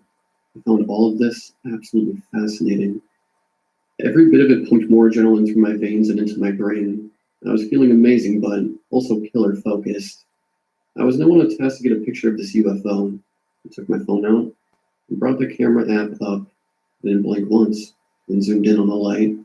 The damn light was so bright it wouldn't focus for 1 second. I held the focus to sustain it, and it started to clear at this point when I saw him. He looked over towards me and didn't move. He just stood there without breathing, staring at me. This thing, this monstrosity, and not even 20 feet away from me, was staring through me with those piercing blue, unnatural eyes. I had no clue what to do at this point, so I took the picture and bolted. When I thought I couldn't have ran faster, I was overcome by my fight or flight instinct of, I know I'm going to die, and I ran faster than ever. I began to hear multiple voices of them yelling in this deep, ancient dialect. It was unlike anything I'd ever heard before. I was running on the path at this point when I felt this horrible stomach cramp. The cramp was accompanied by that familiar piercing headache and a dull ringing in my ears. My survival instincts kicked into overdrive, screaming at me to get to my car. A few blurry moments later, and I got back to the parking lot. I already had my car unlocked, so I jumped in and turned my engine on faster than I ever had before. I got out of there, leaving skid marks behind me. And then while I was driving down the road, I felt an instant sense of relief and safety. I was safe, now at least. But that is it, isn't it? I have no clue whether or not I'll be alive in the next few days. I decided to put my house up for sale and legally change my name. I've already quit my job, and I'm ready to leave this shitty town behind. I'll be posting this document of my experience with this cult. I just hope they don't find me. Or maybe they already have. The reason I say that is because I've had some weird shit happen to me recently. While I was going to my local grocery store the other day, I saw something strange. I was coming out of the store while looking at my phone, and all of a sudden it was a notification from the camera app. You see, I obviously never went back there. I thought that the notification had to be a glitch, since I knew the damn cameras were all apparently destroyed. It said camera 1 has activity. Click here for details. I clicked on it, and what I saw shocked me. It was a child, all alone with only a hat on his head. Then, one of those things wearing a dark robe came over, blocking the camera's view. I couldn't see what was happening because he was standing in front of it at this point. My stomach sank just thinking about what I was about to witness. But then it just went black. The screen cut out, and that damn message popped up. Camera non-functional. Please reset. What happened next is why I'm leaving town and never coming back. I began to feel this weight fall over my chest, like an elephant was sitting on me. Then, that ringing in my ears started, just like the night I ran away from that thing. I then saw my phone start to glitch out, and it started to get extremely hot. I mean, like when you leave it in the sun all day hot. It began giving a message saying, high temperature alert. Please let phone cool before using again. I almost couldn't even hold it because it was too hot. I just put it in my pocket thinking, hoping it was just a stupid glitch. Then, my phone began playing a song at full volume. It was the beautiful song that the cult members were chanting in the woods. I neither had made up a recording of the chant, nor did I find it anywhere on the web.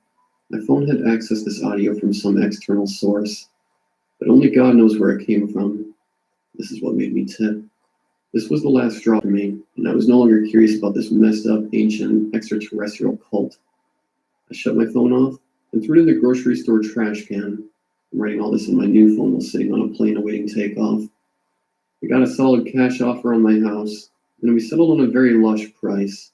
So Gracie and I are going. We'll probably wind up somewhere in Europe. Maybe I'll own a business, like a vineyard off the bay or Naples.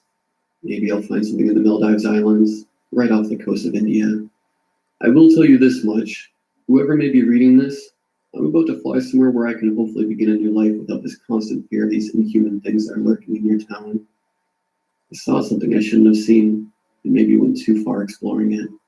I've experienced a lot in life, and I don't care what people say. I know I'm not in control of what happens next, and I've already accepted it. I'll either eventually live out my life somewhere nice and warm, or these supernatural things will find me and end my life one day. And I wish I still had that picture I had taken as proof. But the light had melted the camera lens on my now discarded previous phone, and the picture had ended up as a distorted mess anyway. I don't want to know how they might end me, or what they might do to me. I just hope this message, this warning, gets out to the public. There are otherworldly things out there, whether or not you believe it. It's real, and I've seen it with my own eyes. Goodbye now, and wish me luck on wherever I wind up going. Remember to be safe out there, and live life to its fullest, because you never know what could be out there, just waiting for you.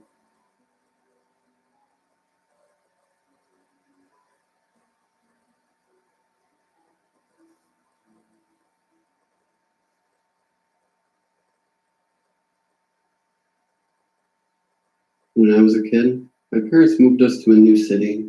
They presented it as if it was going to be this great adventure for the family, and really, it wasn't. Our new house was bigger, but didn't feel as friendly as the old one had. Felt more like a scowling octogenarian, just waiting for a reason to slap someone across the shins with their cane. The yard was big and unkempt, surrounded by a large forest. There was only one road leading through the lot, and it did nothing to diminish the isolation. There were no flowers, just sharp autumn grass flowing like an ocean in the wind. My brother and I shared a room in our old house, but in this one, we both got our own. Andy, 3 years my senior, was ecstatic about that. I wasn't. Sleeping alone for the first time in my life was not a reassuring feeling. My brother made new friends at school easily, but I didn't. I was pretty shy when I was 10. Our parents were always busy with their new jobs and were hardly ever around. After school, I had nothing to do, so I mostly played alone or read a book. Sometimes I went exploring in the yard, but there wasn't much to find, except for the well. I was hitting the longest strands of grass with a stick I'd found when I first saw the lid. It was a flat, round surface close to where the yard ended and the woods began. I'd probably walked past it 100 times without seeing it. I poked it with the stick, feeling the surface over and over. There was nothing on it, only moss. The edges were low, close to the earth. But when I pushed the grass down as far as I could, I saw a crack that went around the whole thing. You couldn't even fit a razor blade in there. I tried pushing it to the side, but it didn't move an inch. I sat down next to it, absent-mindedly scratching away the moss with a stick. I was there for an hour or so before I headed back, hoping that someone had noticed that I was gone. They hadn't. After that first time, I went there more often, just sitting next to the round surface, scratching at it. I didn't really think about it as a lid, more that flat place. I never even entertained the thought there could be something under it. The first time I heard it, I was crying. A kid from my class had tripped me in the hallway in front of everyone, and they laughed at me. I couldn't take it and bolted home, only to find the house locked. Dejected, I went around it into the lid. Wiping snot on my shirt sleeves, I sat down on the lid and put my arms around my knees. "Why are you crying?" whispered an echoing voice. I hiccuped, looked around me, and saw no one. The tops of the trees behind me bent softly in the wind. Birds sang, leaves fluttered, and I was alone. "Why are you crying, little boy?" whispered the voice again.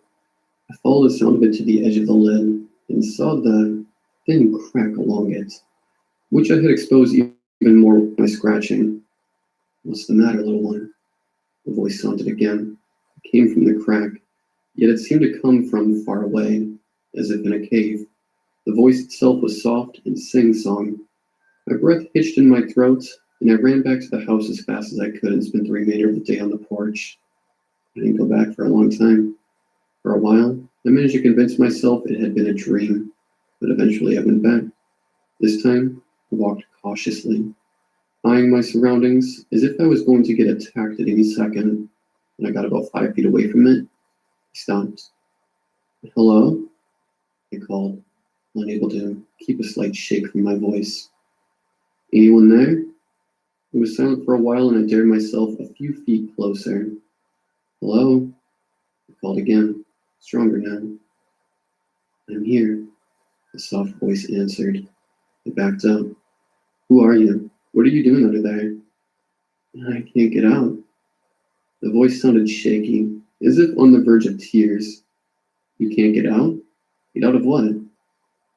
"The well." I understood what the surface was now. A lid put on a well to keep people from falling in, or to keep something in. "Why are you in a well?" A mournful sigh was the only answer I got. I crept closer again, fingered the edges. The moss I had scratched away before had revealed where the lid and the well connected. "Will you let me out?" The whisper was almost inaudible. I tried prying it open, but of course it didn't work. "I don't know if I can. It's very heavy." Another sigh. "Please, I'm so hungry." It sounded like the person was full on crying now. Knots churned in my stomach. "I can ask my dad if he can help." The voice cut me off. "Would he help?" Thought about it. He barely paid me any attention after all. Would he even come out here to look if I asked? He was always at work anyway. Well, he works a lot, so probably not. But maybe my brother could help. I'll ask him as soon as I see him. Won't be for a few hours, though, I said hesitantly. "Do you want me to stay with you for a while?" "Yeah, thank you." It was a bit stronger now. Maybe the prospect of release strengthened it. "What's it like out there?" I looked around me confused. "What do you mean out there?" Did it mean right here by the woods? Or out in the world? Or what's the air smell like? Oh, I closed my eyes and inhaled. Like pine trees and grass, a bit like gas from the road. And maybe some cows? I wasn't sure I'd answered correctly, but the voice seemed satisfied. I fidgeted, not knowing what to say. What are you supposed to say to someone trapped in a well? "You're going to be okay. I'm going to get help so you can get out. Don't be scared." "Thank you." We were both quiet for a while. "What's it like down there?" It took some time before the voice answered, seeming further away than before. "Cold." I didn't know what to say, so I didn't say anything. A gust of wind lifted my hair from my forehead. I couldn't imagine being trapped down there, especially not while the sun shone on me. The wind blew, and crickets chirped. From a distance, I heard voices, and I turned around to see my brother walk up the front pathway with two of his friends. The boys he had with him were not nice, and I ducked down low in the grass so they wouldn't see me. I peeked out when I heard the front door slam, and let go of the breath I was holding in. Couldn't ask Andy anything when those two were here. He wouldn't even acknowledge my existence until they left. "Are you still here?" "Yeah, I'm here. Don't worry. I'm going to get you some help. I'll be back later. Do you want me to bring you something? Like a sandwich or something?" I rambled while brushing grass from my pants. "Rope. Bring rope," was the only thing the voice said. "Okay, rope. See you soon." I headed back to the house. I felt bad about leaving the voice alone in the well, but I had to be home when Andy's friends left, or he'd lock himself in his room before I got the chance. I hid behind the sofa in the living room, counting the minutes. There was some rope in the shed in the garden that I grabbed on our way out. It took hours before they left. Dinner had gone and passed, and it was dark out. When Andy was just about to close the door to his room, I called to him. He left it open with a sigh. "What?" he said, not even looking at me. He sat down on his bed, looking through his backpack. "I have to show you something," I said, not daring to cross the threshold. He had a nasty temper sometimes. "What?" "It's a secret." Another sigh. "I don't care." "But it's important." "Like I said, I don't care. Get out." "Please?" "No, get out. Please, please, please. It's really important." He rolled his eyes and finally looked at me. "Will it take long?" No, I lied. He begrudgingly got up. Fine. I almost skipped down the stairs with him in tow. Our parents were so occupied with the TV that they didn't even notice us sneaking out the back. I ran ahead and got the rope from the shed. What's that for? He asked. Come on, I'll show you. I slung the rope coil over my shoulder and led the way towards the well. It was dark outside. The bright windows only illuminated squares in the grass closest to the house. I should have brought a flashlight. But when I thought about it, we were already outside, and I didn't dare turn around to get in, lest he tired of me and went back in. He walked a few steps behind me with his arms crossed the whole way. I fought the desire to run and walked as calmly as possible until we arrived. It was even darker in the shadows of the trees, and I almost tripped on the lid. Well, what's the important thing? He tapped his foot in the grass. It's right here. Feel this. I took his hand and led it to the edge of the lid. He bent down and ran his fingers along it. What's this? He said, no longer impatient. I didn't answer. Instead, I bent even lower and knocked on the lid. The knock sounded hollow and echoed. Hello? I'm back, and I brought help, I said. What the hell are you doing? Andy grabbed my shoulder. And I have a rope, I added hastily. From under the lid came a soft whining. Please help me, whispered the voice. Help me move this. I grabbed the edge and waited for him to grab it too. He didn't react. What's going on? He crossed his arms again. Is this some kind of prank? No, there's someone down there, and we have to help them get out. Now grab the edge and help me. Slowly, he uncrossed his arms. All right, but if this is a prank, you're gonna get it. We finally grabbed on. Together we managed to move the heavy lid a little bit to the right. Cold, rank air rushed out of the crack. Redoubling our efforts, we pushed it to the side until it lost balance and fell off the base. It cracked and broke in two when it hit the ground. I leaned over the dark hole, my face glowing with sweat, and yelled, Are you okay down there? Throw me the rope, the quivering voice answered. I wrapped the rope 3 times around a big oak and slung it into the well. The darkness swallowed it, and I felt more than heard a wet thud as it hit the bottom. The rope strained suddenly. We moved with the weight of the voice. From the hole we heard soft, straining noises, and the creaking of the rope fibers. Slowly, a pair of white marble hands emerged over the edge. Next came 2 painfully thin arms, wet and covered with algae. Then an amorphous head, bald except for a few strands of white hair, and a emaciated torso, every bone easily counted, long thin legs, and bony feet. And then the man fell off the edge of the well and into the grass. Oh my God, Andy whispered. The man in the grass trembled and groaned, pulling all his limbs as close to his body as possible. Hey, are you okay? I asked loudly, but kept my distance. Andy stood paralyzed closest to the man. He looked up at me. What do I do? He said as quietly as possible. I don't know. I mouthed back. The man stretched out one stick-thin arm and pushed himself up in a sitting position. He shivered while reaching the other arm up to my brother. Could you help me? He stuttered between breaths. Andy looked as if he didn't want to touch the man with a 10-foot pole, but took his hand nonetheless and pulled him up. Despite being a fully grown man, the man seemed weightless and easily came to stand on his own 2 feet. Andy tried to let go of the man's hand, but as soon as he did, the man wobbled. He steadied the man up by putting his other hand on the man's shoulder. The man released a shuddering breath, and Andy looked over the man's head. He gave a, what am I going to do? Look. When he did, he stretched his neck out and angled his chin upwards, exposing the soft skin underneath. The man lunged forward and buried his mouth in my brother's throat. He crunched through the Adam's apple, grabbing the back of Andy's head by the hair and pushing himself deeper. Tendons and muscles snapped like rubber bands.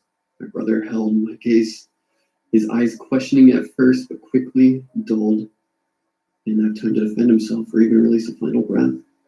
1 second he was there, and the next he was gone.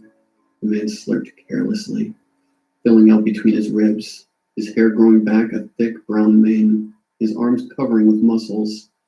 When he finally dropped what had been my brother on the ground, he was a young man with a thick, blood-covered beard. Everything happened within a matter of minutes.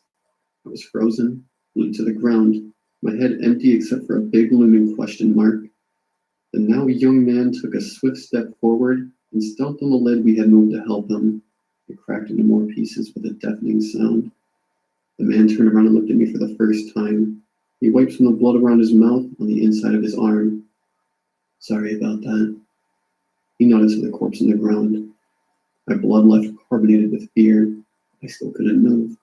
The man walked over to me, leaned down, and embraced me in his arms. Thank you, he whispered in my ear. The iron scent from his mouth hung around my shoulders when he let go. He took 3 steps backwards and disappeared into the woods. I don't know how long it took before the paralysis lifted, but it felt like a lifetime. With shaking legs, I went over to the lid and turned the heavy pieces of lid upside down.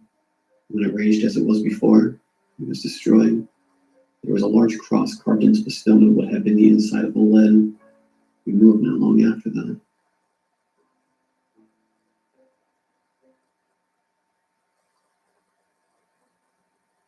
Please, make sure you lock everybody in their rooms on the night before Christmas. It is very important for everybody's health. The name Santa Claus came from St. Nicholas. In Dutch, that would be Sint Nicolaas. And that's where Santa Claus got his name. I can personally attest to the fact that this is false. My father was paranoid, very paranoid. He was also a little crazy, maybe more than just a little. We lived in a neighborhood surrounded by trees in the mountains. Growing up, our house had cameras facing every single angle of our property, not just regular cameras either, night vision and infrared. The night vision just made everything look gray, but the infrared was heat signatures and an orange glow. I know this because he had given me access to the cameras, and I frequently viewed them from my computer. Over the years, I have seen some weird things on these cameras. But that's a story for another time. The weirdest thing growing up was Christmas. The holiday itself wasn't weird. We got a Christmas tree, had presents, all the normal things. The weird part was the night before. My dad loves his cameras. We had them on 24/7, 364 days per year. You must be confused. There's 365 days in a year. You're correct.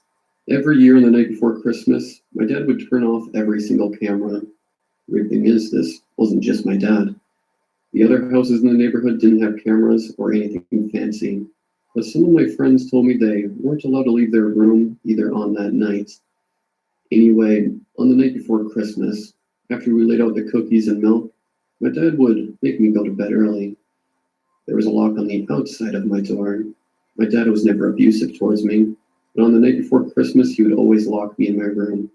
Despite being paranoid and crazy, my dad was the nicest man I've ever known. The only time he ever scared me was how serious he got on the night before Christmas. Delon, do not leave this room. You understand me? I let you run around the neighborhood with your little friends doing whatever the hell y'all damn well please every single day. I let you stay on the computer for hours searching up God knows what. The one thing I ask of you is do not leave your room on this night. My dad had shown me hundreds of missing persons reports. Every time I questioned this little tradition of his, he would have 20 ready to show. All of these missing people had been missing on a December 26th, day after Christmas, spanning back years.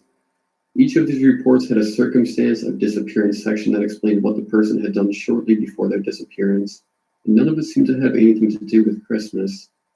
Each one was completely random, but he said that they purposely changed it so that nobody ever finds out what really happened. He would never tell me what really happened. Just another one of his conspiracy theories. Yeah, Dad, I know. You tell me the same thing every year. I know. 14-year-old me replied with attitude. All right, then. I don't want you to be another statistic. You mean statistic? I smirked. Yes, boy. I don't want you to become another statistic. You saw all those missing persons reports I showed you. All those gone missing on December 26th, day after Christmas, every year. That ain't gonna be my boy. He said as he walked out of my room. He was so paranoid. Did he think Santa was going to kidnap me? Santa isn't even real. After he walked out of my room, I heard a click as he set the lock outside the door. I heard his footsteps protrude away as I turned over to my computer that displayed our camera footage. I counted down. 3, 2, 1, 0.5, 0.4, 0.3, 0.2, 0.1, and boom.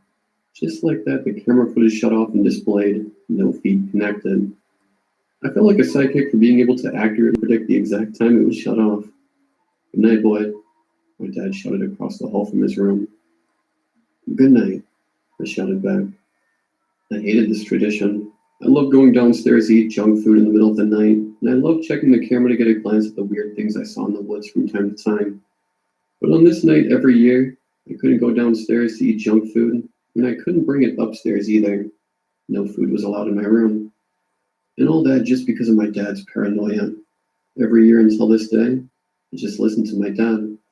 After he shut off the camera footage and locked me in my room, I would usually just accept it and go to sleep. For some reason, I just couldn't sleep. So despite my dad's wishes, I stayed up playing computer games. Around 2 a.m., I heard something on our roof. There were a lot of animals and other things in those woods, so this was a pretty common occurrence. But the sound I heard this time just sounded different. It sounded like something landed. Uh-oh, Killer Santa must be here, I joked to myself as I continued playing my computer game. Shortly after the thud on the rooftop, I started hearing heavy footsteps followed by our floorboards creaking downstairs. Goosebumps formed on my body, and my breathing got a bit more frantic as I worked up a sweat. The hell is that? I thought to myself. Then, I got a thought that would prove to be the worst decision I've ever made in my life. I got onto the application that controls the cameras. I looked over the button that would reactivate the cameras, and hovered my cursor over it. What if it's an intruder? I tried convincing myself. I took a deep breath that was followed by a loud gulp. Then I clicked activate. The night vision camera switched on. There were almost 50 boxes on my screen, each one blinking on separately.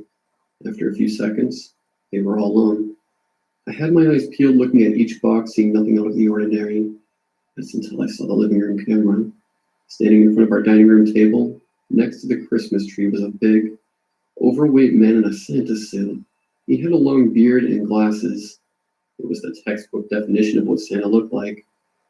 My eyes were wide and filled with astonishment as an equal mix of excitement and fear filled my brain. It was exciting, but it's just weird. It's even more weird that I can't go downstairs. What would Santa do to me? It did. And as I was staring at the screen, staring at Santa eating cookies, I noticed that his hand froze in front of his mouth. I saw him slowly lower the cookie back onto the plate. He turned around and looked directly into the camera. He slowly brought his hand up in front of him and wagged his finger side to side. He knew I was watching him. When he did this, I slammed my hands onto the desk to boost me up so I can dive into my bed and pretend to be asleep. I accidentally made contact with the keyboard, causing the camera to switch from night vision to infrared. What I saw on the camera wasn't Santa anymore. It was a big, fat creature with no clothes on. Its mouth was wide open, and it looked like it had a broken and detached jaw. It had large oval eyes that had nothing in them. It had rows of large, razor-sharp teeth in its mouth. The creature was tall, and its arms were long and deformed. At the edge of its arms were hands with sharp claws that replaced its fingers. Dad? I screamed. Instantly after, I heard footsteps shuffling to my room. What did you do, boy? Why are you still awake? He yelled as he unlocked the door and ran into my room. He looked at my computer and saw the camera footage on. I was on my bed crying. Suddenly I could hear a heavy thud on our staircase. Ah, you stupid son of a bitch. You stupid, stupid little boy. What have you done? He said as my crying became hysteric. He sat down next to me, hugged me so tightly as if it's the last time I'll ever feel his hug, and he whispered, I love you, boy. Don't be scared. Ain't nothing gonna happen to you. He said as we heard another thud coming from our staircase. The footsteps were so heavy that there was dust coming down from my ceiling. Thud. I don't know if you're gonna see me again, boy, but I want you to always remember what I taught you. Thud. Why wouldn't I see you again, Dad? What's going to happen? Thud. We both can't escape. He wouldn't let us, boy. But, Dad, I love you. I don't want you to leave. I sobbed back. But my dad got up and opened the window. We were on the second floor. He picked me up, but kissed me on the cheek as a tear ran down his. He threw me out of the second-story window. I landed in some bushes below our house. I don't know if I was injured or not. I had too much adrenaline coursing through my veins. Run, boy. He screamed as the thuds got faster. I took off running through the woods when I heard the most disturbing, blood-curdling scream I've ever heard in my entire life. I just kept running until I couldn't hear the screams anymore. That was many, many years ago. I kept running until I tired myself out, fell asleep under a tree. I returned to the house the following morning of the 26th. There was no sign of any struggle, no blood, nothing. My dad was just gone. I checked the cameras. The footage was gone. Looking through the recordings, it was just blank for the entire night. Now I'm a father. I have my own kids. I have kept my dad's tradition alive every night before Christmas. I don't know if that thing was isolated to my neighborhood, or if that's what Santa is for everybody. All I know is I'm not going to risk finding out. So with all that said, please lock all of your doors on the night before Christmas. The next time you're awake during that night and you hear noises in your house, I suggest you stay in bed and keep your eyes closed. Don't get up. Don't investigate. Don't be a curious little fucker like I was. The last thing I'll leave you with is you better watch out. You better not cry. You better not pout. I'm telling you why. Santa Claus is coming to town. He knows when you're sleeping, and he knows when you're awake. But he doesn't care if you've been bad or good, so don't go looking for him, for your own sake.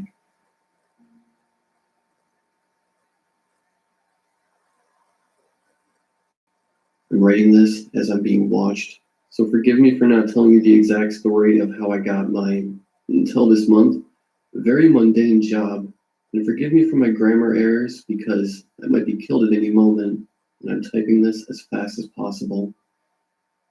I work security at a theme park that's currently under construction. My job, simply put, was to sit in my booth and scan people's ID badges to let them in and out. My booth was a wooden square with 3 windows and a door with a smaller window. The door had a locking mechanism made of wood, but it could be unlocked and opened from both sides. Occasionally, I had to tell a visitor that the park isn't open yet and instruct them to do a U-turn. The most exciting thing that happened before these events was someone not stopping at the booth, and me blowing an air horn to get them to turn around. So, it's simple, easy work that I had been doing for 3 or 4 months. It all changed 2 weeks ago. I work night shifts on the weekends, and I honestly enjoy them. Being alone in an empty construction site is creepy, but also invigorating in a weird way, as if part of me is excited at the idea of something scary happening. Looking back, I really overestimated how fun dealing with paranormal shit would be. It all started when my boss came to visit me Saturday night, about an hour before my shift ended, but I'd never met him in person before, so we chit-chatted for a bit. Cleared up why I was bringing a pillow to the night shift. It was a cushion because this chair isn't comfortable. And he told me about how we got into security work. Apparently the insurance package was too good to pass up, and it covered laser surgery to fix his eyes. Before he left, he told me that if I was a fan of ghost stories or the paranormal, he had time to share one. He added that if you believe in ghosts, this probably isn't the best site for you. I laughed and said I was still on the fence. He chuckled as well.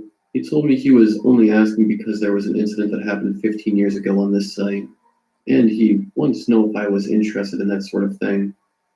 I was. He gave me the summarized version, which goes something like this. 15 years ago, this spot was a residential area, only a few houses though, mostly dilapidated, but one was still in good condition and had people living in it. The person living inside was somewhat of a recluse, but not so much as to be considered a hermit. He went and bought groceries like everyone else, but you wouldn't ever see him dining out or socializing. Well, the reason he didn't go out much was so that he could make sure people didn't trespass on his property. as he had a nice collection of corpse parts that he didn't want disturbed. 9.5 bodies worth, to be precise. Nobody could find the legs of the last one, all scattered across his fields and forest, torn apart, as if he worked in a butcher's shop.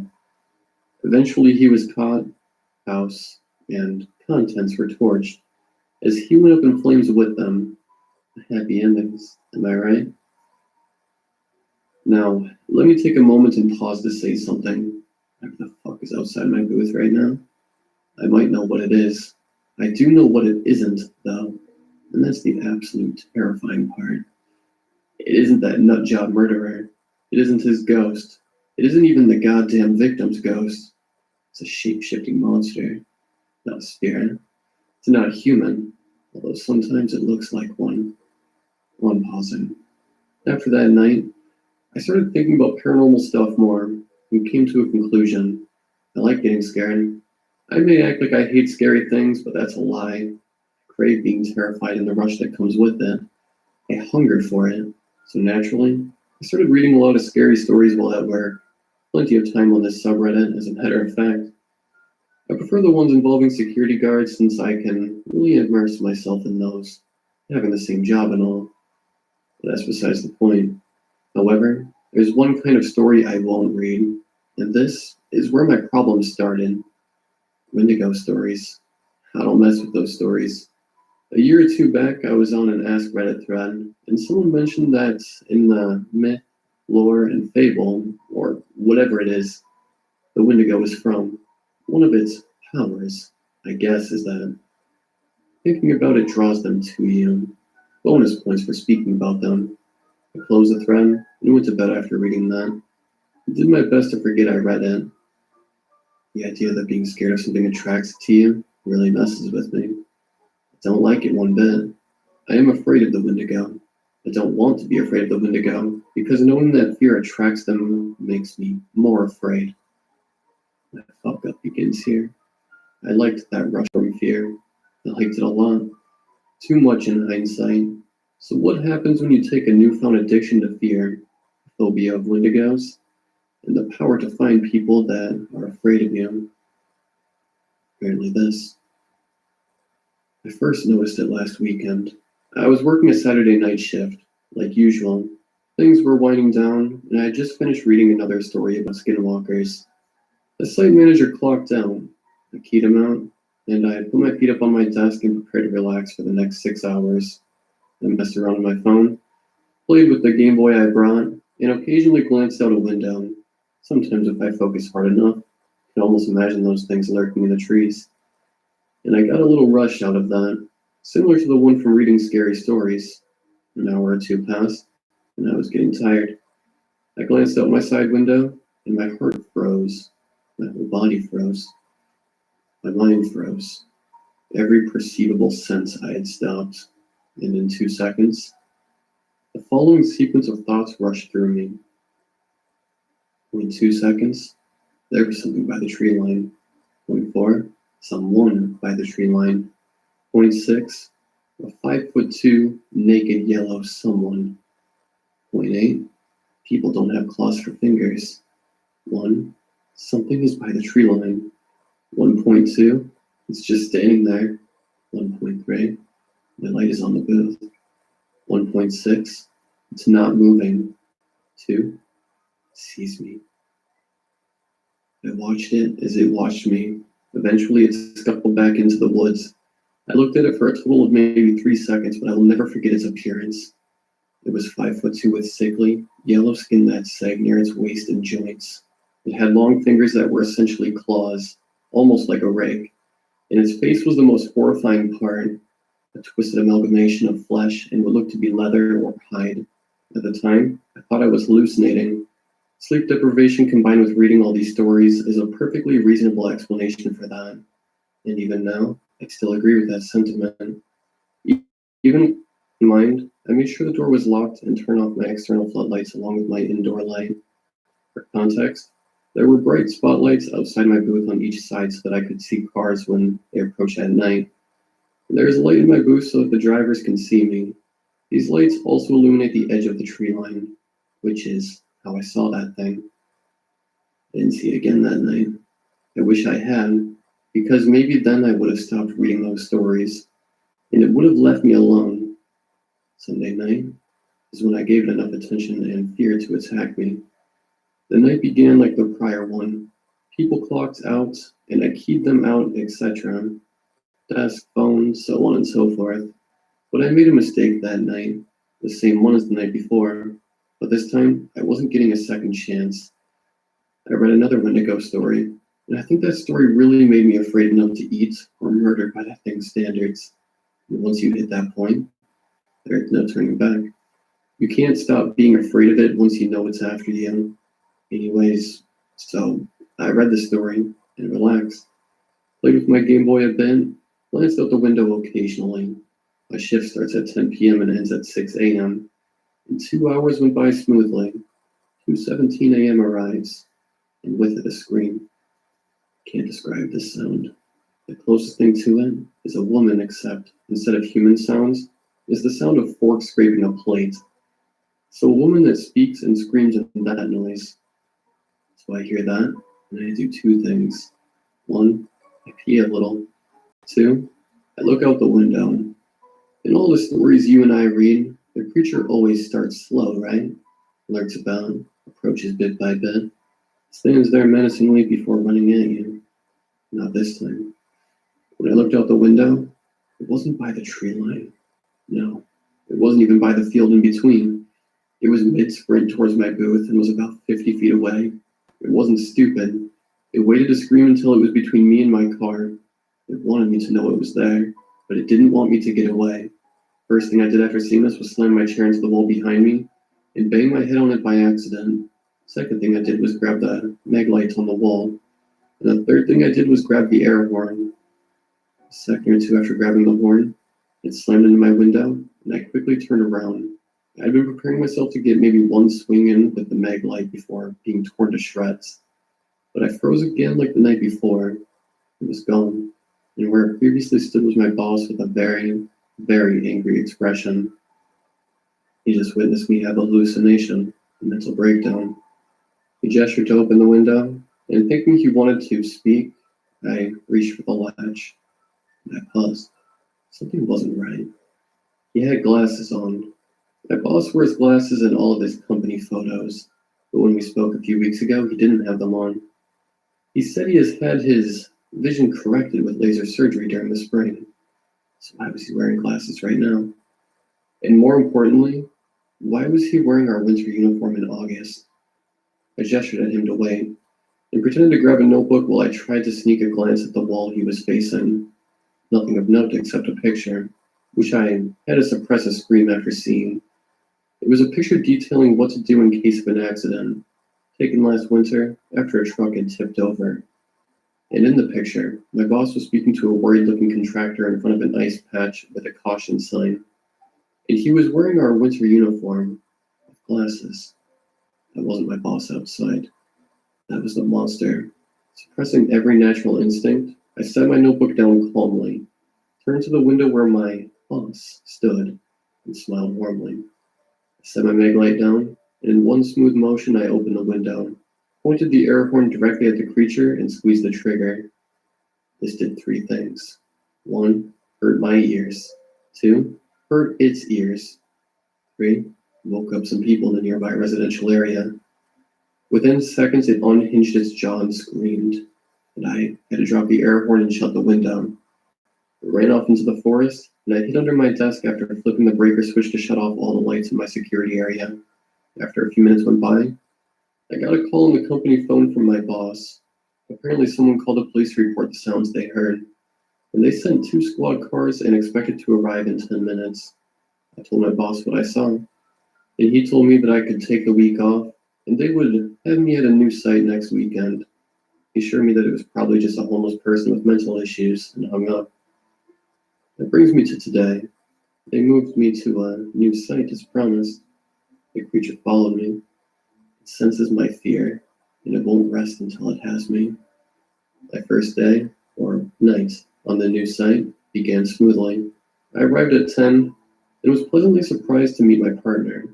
They told me he had the night off and would be there tomorrow night. but I was happy to have the company on my first shift. He gave me the tour of the facility, which was some sort of factory for chips. We started with the security room, which was just a small room with a single window. Inside the room were some monitors displaying camera footage, a landline phone, and a panic button that alerted emergency services. There were 3 main sections, not including the security room: food production, packaging, storage. Food production was machinery that made the chips themselves. Packaging was where they were bagged, and storage was where pallets of them were kept in stacks reaching the ceiling, and maze-like pathways through them to navigate. The factory had been closed due to the virus for a while, and planned to reopen in a few weeks. I learned my partner's name was Gregory, and he told me he would take the first patrol. Things went smoothly for a few hours, with us alternating patrols, and then it happened. The beginning of the mess I find myself in as I type this. It was 3 a.m., only a few hours until the morning guard would come to relieve us. Greg went out on patrol while I watched the monitors. As minutes passed, I watched as Gregory entered the storage area. He would probably be there for 10 or so minutes before returning to the room so that I could do my patrol. I was snapped out of my boredom when the phone on the wall started ringing. I picked it up. My boss was on the other line. "Hey, I know it's your first day back on the job since that incident, but we really need you to cover the day shift there as well. The guard that was supposed to come in went missing. His wife says last she saw him, he was on his way to work for the Saturday day shift. Hasn't been seen since." I asked him if Gregory could possibly cover it alone since I had plans, and his answer is where everything became horrifyingly clear. "I just told you that the morning guard can't make it. Gregory is missing. You'll need to cover him." Panicking, I told him that Gregory was my partner for this night. "You're not supposed to have a partner tonight. I put you down as solo. Gregory was going to work a 16-hour tomorrow to show you the ropes when you came in for the Sunday night shift. You're doing fine, it seems. Just sit tight, and we'll relieve you tomorrow night." I screamed into the phone, some inner part of me knowing that if I didn't tell him now, I would never get another chance. Someone is on the site with me, and they said they were Gregory. As the line went dead, checked the cameras. Gregory, or the thing pretending to be him, had cut the phone lines and was staring into the camera. This facility had a no cell phone policy, so I left mine in the car. I had fallen right into its trap. I was alone, with no way out and no way to call for help. As I watched the camera, Gregory slowly shifted into that yellow monstrosity that attacked me at my old site. I sealed the door to the security room and barricaded myself in with my chair and desk. I cried, I bawled my eyes out. I didn't want to die. I saw him slice another wire, and the air conditioning stopped working. That creature wasn't strong enough to break down the door, but it was smart enough to plan around it. Within seconds, the smell of rot and decay filled the room, and I looked up to the vent. I pulled it open and found a severed arm inside the ducts. No doubt the rest of its body was further in there. I knew where the real Gregory was, at least. Hours went by. I was in a standoff with that creature. I was safe in the room, but it was getting hotter and smelled worse. The night shift had long since ended, and I guess my boss assumed I was fine since I was supposed to work the day shift anyway. My only hope was to last until night, so that the next guard might find me and be able to help. I waited and waited, and became delirious from the heat and stench. I was hungry as well. I hadn't eaten for over a day. I bit my fingernails, an old habit that I thought I had kicked. And that brings me to now. I was just so hungry. I don't know what possessed me to do it. I ate the hand. It just looked so good. And I was so hungry. I ate Gregory's hand. And finally I was full. I've been stuck in here since 10 p.m. Saturday, and it's now 9:58 p.m. Sunday. After I ate the hand, the creature stopped staring at the camera. It came to the door and tapped at it. I looked at the camera and watched as it left the facility. Just like that. Gone. Gone like the rest of Gregory. I was still hungry after the hand, so I ate the rest. Figured I'd save them the trouble of cleaning it up. The night shift guard is here now, and I think I'm safe, so I don't need to write anymore. I'm still hungry though. I'll show this guy around, and then get a bite to eat. I think I forgot to clean the blood off of my uniform. This guard smells really good. Really, afraid.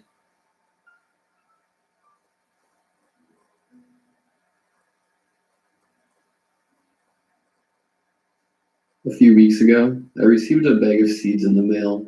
The seeds inside looked like sunflower seeds, but they were the size of a chestnut. When I was standing at my mailbox, the morning just started. I was still wearing my pajama pants and a t-shirt, which I wore in bed the previous night. The seeds were wrapped and sealed in a plastic bag. On the plastic bag was a sticker with the company's name and logo. Frankie's Green Thumb. My dad used to work as a farmer, and of course, I picked up some of his botany knowledge. These were seeds I've never seen in my life, nor on my father's farm. Since I lived in the Midwest and I had an enormous backyard, I could plant the seeds. My curiosity controlled my actions with the seeds. I was itching to plant them. When I retrieved them, I failed to notice a piece of paper inside the bag. I pulled the plastic bag open, and immediately I smelled the glamorous aroma. I don't know how to describe it, but it smelled like lavender and fresh laundry. I then dig my fingers in the bag and pull out the little piece of paper. The paper had a welcoming note written. This has been sent to you by Frankie's Green Thumb. This is a gift sent to you by us truly. We hope we see you buy more of our products. Thank you. From Frankie. I have never been, bought, or used any product from Frankie's Green Thumb, but I accepted the gift. I shut the lid in my mailbox and made my way inside my house, then into my backyard. In my backyard, I was already planting fruits and vegetables. A variety of plants were already fully grown, and some were just sprouting out of the ground. Since I had a patch of land in my garden, that's where I planned to plant the seeds. I placed the bag of seeds on my outdoor table, then go inside my shed with all my farming tools. I didn't know how to plant these seeds. They didn't look like the average seeds people plant. Standing there in my shed, I started to think if there was a special way to plant these seeds. Then I remembered the little piece of paper. They would have written the instructions on the back. In my pocket, I pull out that small paper. I was right. They had written instructions on the back of it. It started with the traditional instructions every seed product had. Make sure to water it daily, use fertilizer, all the basics. They didn't have instructions on how to plant them, so I planted them like any other seeds. In the garden, I used my trowel to dig a hole 5 inches in the dirt. I start to scramble around, forgetting where I placed them, until I spotted them on the outdoor table. I stuck my trowel in the ground and go retrieve the seeds I left. I grab one seed and leave the rest on the table. The seed felt like a smooth stone, unlike the other seeds. I get back on my knees and drop the seed into the hole. With the excess dirt, I use my trowel to cover and smooth out the dirt on top of the seed. Now I just have to wait a couple of weeks to see the difference, I thought to myself. I put my trowel back into my shed, and I go back inside my house to finish packing my things. During the time I have gotten the seeds in the mail, I planned a vacation to go see my older sister for her birthday. She was turning 40 years old, and I wanted to celebrate it. It had been 10 years since I saw my older sister, so I wanted to surprise her. I got in contact with her friends over Facebook, and I shared the plan I had to go surprise her. They all agreed with me to not say a single thing about the plan I had. I had 42 hours to finish packing my bags. So after planting the seed, I immediately started to pack. Every time I leave for vacations, reunions, or business trips, my neighbor, Rachel, would always house sit for me. She had a kid, but he was old enough to stay by himself while she stayed at my place. Her father was also a farmer, so she knew how to maintain my garden. I always tried to pay her for taking the time out of her week, but she would always deny the cash. I thought she was insane denying $100 for her generosity. But as they always say, you cannot buy another person's generosity. It was the day before I left for Michigan. Rachel was over at my house at the time. We were talking about the new seeds I received in the post. I said I forgot how to maintain the seeds, even though I doubted her to forget. She should go into my room and grab a little paper with the instructions on it. She hesitated on using the instructions. She would always say she knew how to maintain a garden better than I could. She thought she was spoiling the plants by maintaining them better than I. Her ego soon went away after I showed her the bag of seeds. When I saw her priceless reaction to the seeds, I laughed my ass off. It is quite hilarious to see someone's ego soon turn into confusion. She started to question where I got the seeds and why they're so big. I shrugged and told her about Frankie's green thumb. She giggles a bit, then agreed to wash my house over the weekend. When I reached for cash in my wallet, she immediately denied the cash before I even pulled out my wallet. And not by another person's generosity. In Rachel's case, of course. I should have known not to bring up finances, but I just had to for her sake. For her to get out of her way to help watch my house, you had to pay her. But as the nice and cocky woman she is, she denied the $100. When I woke up the morning I left, I noticed the new plant. That seed I planted 2 days earlier already sprouted. I'm not talking about a stud on the ground, but it grew leaves and a stalk. It was at the height of my leg when I first walked up to it that morning. When Rachel came over, her mind exploded at how fast the plant grew. The leaves were spiky, like the leaves on poison ivy. The stalk was thick, like the width of my arm. All I could do was laugh at the fact that Rachel's ego vanished at the sight of it, like it already hasn't the night before, her eyes wide when she walked through the back patio door. That much of a difference in 2 days? She had a tone of confusion in her voice, like the confusion I had when I first saw it. I know. I just woke up this morning to see the plants already grew 26 inches in just 2 days. I replied. She walked over to me with her morning coffee in hand, wearing pink sandals. She looked at her coffee and joked, "I need to stop drinking Folgers." I chuckled at her response. She did as well. I pat her on the back and say, "Well, see you in 3 days." She looked at me with her eyes full of dread. I could tell she was genuinely surprised. "Wish me luck," she joked, sighing deeply. She took another sip of her coffee and groaned. "It's not that I don't want to maintain the plant. It's that the plant is growing at an alarming rate. You'd be lying if you said you weren't a little surprised." She was right. Someone would have lied to themselves if they weren't surprised or alarmed. Right as I was about to go back inside the house, Rachel told me to wish my sister a happy birthday. I waved at her and said not to worry. And then I went on with my journey up to Michigan. About 14 hours later, I finally arrived in Detroit. The night before her birthday, I booked a hotel nearby. The next morning was when her friends would sneak me into my sister's house and surprise her. When I finished unpacking my one suitcase, I got a phone call from Rachel. I answered the phone, and immediately I heard Rachel at the other end of the line. "It grew its first flower," she said, surprised. "Wow, what does it look like?" I asked. She cleared her throat and then said, "A nebula. It looks like a beautiful nebula." There was a slight pause. "Ryan, I think this company created a new plant species. Looks like they chose you out of all people to plant this." Genuinely, I felt surprised. In my mind, I thought about all the things that could happen if it was a new species. Is it invasive? What is its last form? Is it actually a new plant species, and not something that already isn't known to botany?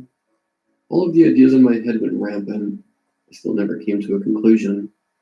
After that phone call, we hung up. After we hung up, I got in contact with one of my sister's friends. She ran me through how she was going to sneak me in and where she would hide me. After about an hour of chatting, we settled, and I went to bed soon after. The bed of the hotel wasn't the best bed I slept on, but it was manageable. When I woke up the next morning, I could now meet my sister after so many years. I got up, showered, brushed my teeth, and got dressed. I didn't have a gift for her, and I didn't actually plan to get one. I thought that the surprise of me driving 14 hours would be a good enough present. The hotel was an hour from her house.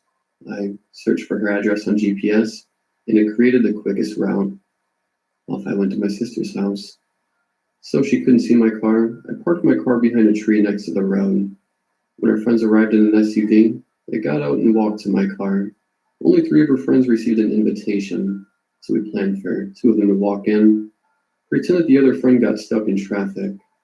After she snuck me in and hid me in her laundry room, she would pretend that she just arrived. About an hour later, she would pull me out of the laundry room and hide me under her big dining table. When my sister starts to cut the cake, I would crawl out from under the table and surprise her. After we went over the plan again, we put it in action. The two girls went inside. The other snuck me in through the back door. My sister gave all of her friends an exact copy of her house key. In case of an emergency, I entered the laundry room, and she went back to the car. 10 minutes later, I could hear the last girl walk into the house through the front door. We chatted for an hour until I heard one of her friends tell my sister she had a cake waiting for her in the car. When she went to the car with my sister, the other two got me out and hid me under the dining table. Under the table, I could hear them enter the house. They set the cake on the table and started to sing happy birthday. Their voices were off tune, but that didn't matter. After they sang happy birthday, instantly my sister asked if any of them got her a present. One of the girls kicked my back, which was a sign for me to get out from under the table. I crawled out of the table and yelled, "Surprise!" My sister almost fell out of her chair after I popped out of nowhere. "Brian, how did you get here?" After everyone chuckled at my sister's amusement, I started to unravel our plan. She got up and hugged me and started to sob on my shoulder. "Brian, it's been 10 years," she cried. "I know, that's why I'm here," I joked, even though that was the reason for my appearance. After we had some cake, watched some movies, and just caught up with each other, we all said our goodbyes and left. My sister wanted me to stay over since I drove 14 hours, but I denied. Saying I already paid for a room at a hotel. During the hour drive back to my hotel, my phone buzzed in my pocket. At a convenient stoplight, I pulled up my phone and opened it up. 16 missed calls from Rachel. After seeing the amount of missed calls, I gasped. I didn't have voicemail, so I couldn't play the call back. I tried to call her back, but no answer. After 6 tries, she finally answered. Nothing but silence, until she abruptly hung up. When I went back to my hotel, I tried calling her again, but no answer. The same night I left my sister's house, I left to go back home. Something was wrong. Rachel never missed a single call. This was out of the ordinary. Theories about what happened to Rachel started to float around in my head. A robbery, kidnapping, homicide. All of these conclusions started to make my apprehension rise and rise. The 14-hour drive was the worst 14 hours of my life. Just the thought of her dead rattled me. When I arrived, the sun began to rise. I pulled my car into my gravel driveway. The house looked fine from the outside. Nothing changed. In my car, I kept my pistol. I made sure it had ammunition, just in case. I didn't know if someone uninvited was still on the property. I slowly get out of my car and quietly shut the door with one hand. I walk up the gravel driveway, trying my best to not let the rocks crunch under every step. With my pistol drawn, I open the front door to my house. Luckily, I oiled the hinges. Not a single noise from the door. I walk in with soft footsteps and softly close the door behind me. Lightly, the door shut with the smallest noise. I tiptoed around the house into the living room, then into the kitchen. When I entered the kitchen, I looked out of the window to my backyard. When I say my heart dropped, I mean it. I slowly lowered my pistol down at the sight of my backyard. The plant wasn't a small house plant. It wasn't a tree either. The plant I planted in my backyard wrapped its roots around my shed. The plant absorbed my shed, full of my gardening tools. I walked from the kitchen to the door that leads into the backyard. I took deep breaths before I swiftly opened the door with my weapon drawn. On the side of the shed hung a giant flower. When Rachel said the flower looked like a nebula, she told the truth. The petals of the flower had multitudes of purple, blue, white, and black spots. As I slowly inched myself closer to the giant flower, I accidentally stepped on something. I looked down and realized that I stepped on Rachel's coffee mug. Coffee spilled and absorbed into the ground. I walked a little closer. The pistol was my protection. The flower petals were sharp with pointed edges, like the leaves. I noticed Rachel's phone on the ground, like her mug. Her phone laid under the giant flower, but something laid next to it. When I got a little closer, I realized to my horror that it was Rachel's pink sandal, the sandal she wore the morning I left. My heart was throbbing like a blood clot. My stomach churned in apprehension. Besides my walking, feet were shaking. My pistol bobbed up and down from my jittery hands. During this entire dilemma, I started to think about if the pistol would have worked if anything attacked.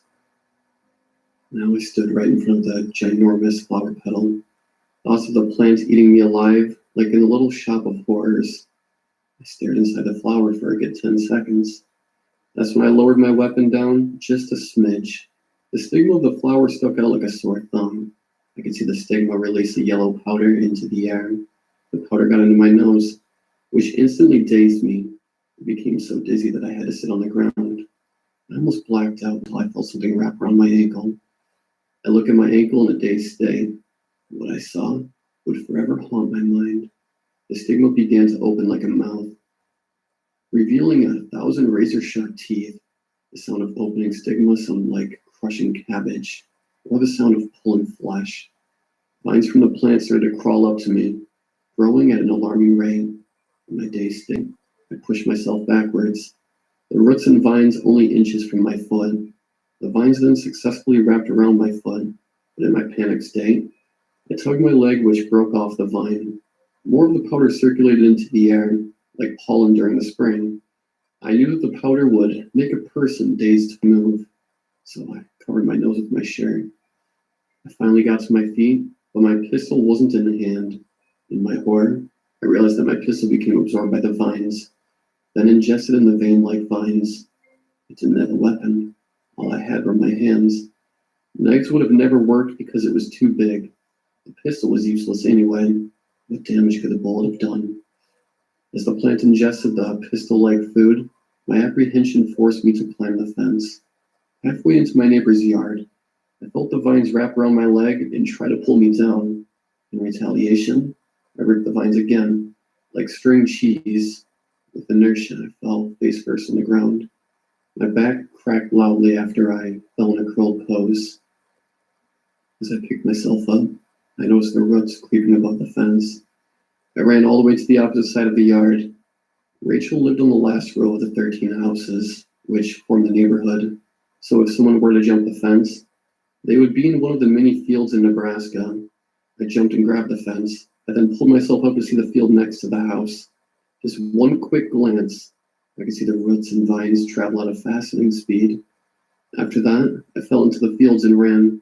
Before I could distance 100 feet between the vines, sharply pointed stalks poked through the ground.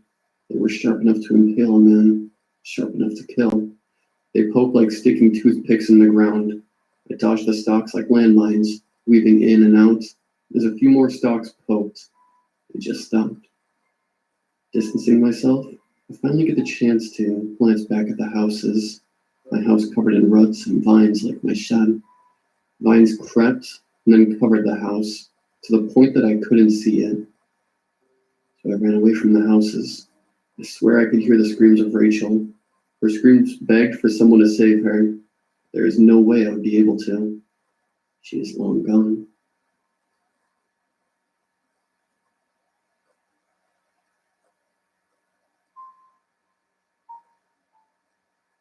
It's strange how someone can have an impact on your life without being around.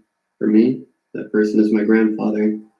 I never knew him, never even laid eyes on him, yet his absence in my family cast so large a shadow. It was almost a presence in itself. We would see him in my mother's stiffened face whenever we asked about him. We would hear him during my grandmother's long silences, twisting her wedding ring in endless circles, staring into space. We would feel him in the walls of his great house, built from the fortunes of his antiques empire, his collection hidden away or shrouded from view. He did not feature any of the empty photo frames, and yet, even as a child, I knew it was still his house. My grandmother just lived in it. His employees still worked, hustling and bustling with deliveries. Items bought and sold in his name still brought money to my family, but there was a hole inside that house, and within our lives, a silence that screamed of betrayal, abandonment, and unanswered questions. I ran off with some young lass. I overheard one of the movers say one day. He grunted as he lowered a chest of drawers, lacquered oak, shimmering in the afternoon sun. My sister and I were playing hide and seek, so they had no idea I was eavesdropping. I stayed in my hiding place, peeking between ruffled dust sheets. There was a soft thunk as the legs settled on the polished wooden floor, and the men let out a sigh of relief. That's what I reckon, ain't you, Rowden? Nah, said the other voice dismissively. You do that, and take your money with you. My ears strained to wade through their accents. I knew exactly who they were talking about, and this sort of gossip was far more than I was ever likely to hear from any of my family. So what do you think, then? Asked a more well-spoken voice. The new boy, most likely. I had something of a crush on him. Something dodgy? Said the dismissive voice. Another grunt, another thud. Where do you want this one? Over by the grandfather clock, please. There was a pause and the new boy lowered his voice. What do you mean dodgy? Come on, lad, heaved the dismissive mover through gritted teeth. They shuffled across the floor until I could barely see them, and plonked down the cabinet. You didn't get this kind of cheddar without doing something rotten. Ted thinks he was murdered, said the first mover, resting a hairy arm on the cabinet as he caught his breath. In my hiding place, I held my breath and shifted, trying to get a better view. Despite the July heat, their conversation made the air feel so very cold. I shivered and hugged myself. By who? Asked the new boy, then after a pause added, Take this one and the Cellerets over there. Well, you were stealing from the Chinese, paying bribes to the Russians, on-cutting the Americans, and dodging taxes over here, said Ted, as the men moved back into view. And that's just what we know about. Mark my words, lad. We'll open those crates one day and find what's left of them, stuffed inside, just bones and teeth. I closed my eyes and kept my tears silent. Abrupt laughter burst from the two gruff men, and at first I feared they could see me, but when I peeked back at them, they were watching the new boy, struggling with a cargo crate. They effortlessly plucked it from his arms and set it down on the trolley. Leave the lifting to us, lad, Ted says they carted the stock out of the room. You just tick them boxes. Their chuckles faded from the room, and even when they were gone, I didn't cry out loud, just clutched my knees and felt tears trickle down my cheeks. When Macy found me, several minutes later, I was still there, but I didn't feel like playing hide and seek anymore. Why are you crying? She asked quietly, tilting her head before shuffling over to sit next to me. She was 3 years younger than me, and was always such a tender soul. She leaned over and kissed my head softly, as though it would make me feel better, like our mother would when we fell over and scraped our knees. I didn't tell her, of course. I was far too protective for that. If I told her why I was crying, she would cry too. I wiped my tears away and flashed a smile. Let's play something else. There were plenty of games to play when we visited our grandmother. In a house that size, with countless treasures and mysteries, even an adult could lose hours exploring and perusing. Two little girls could play forever.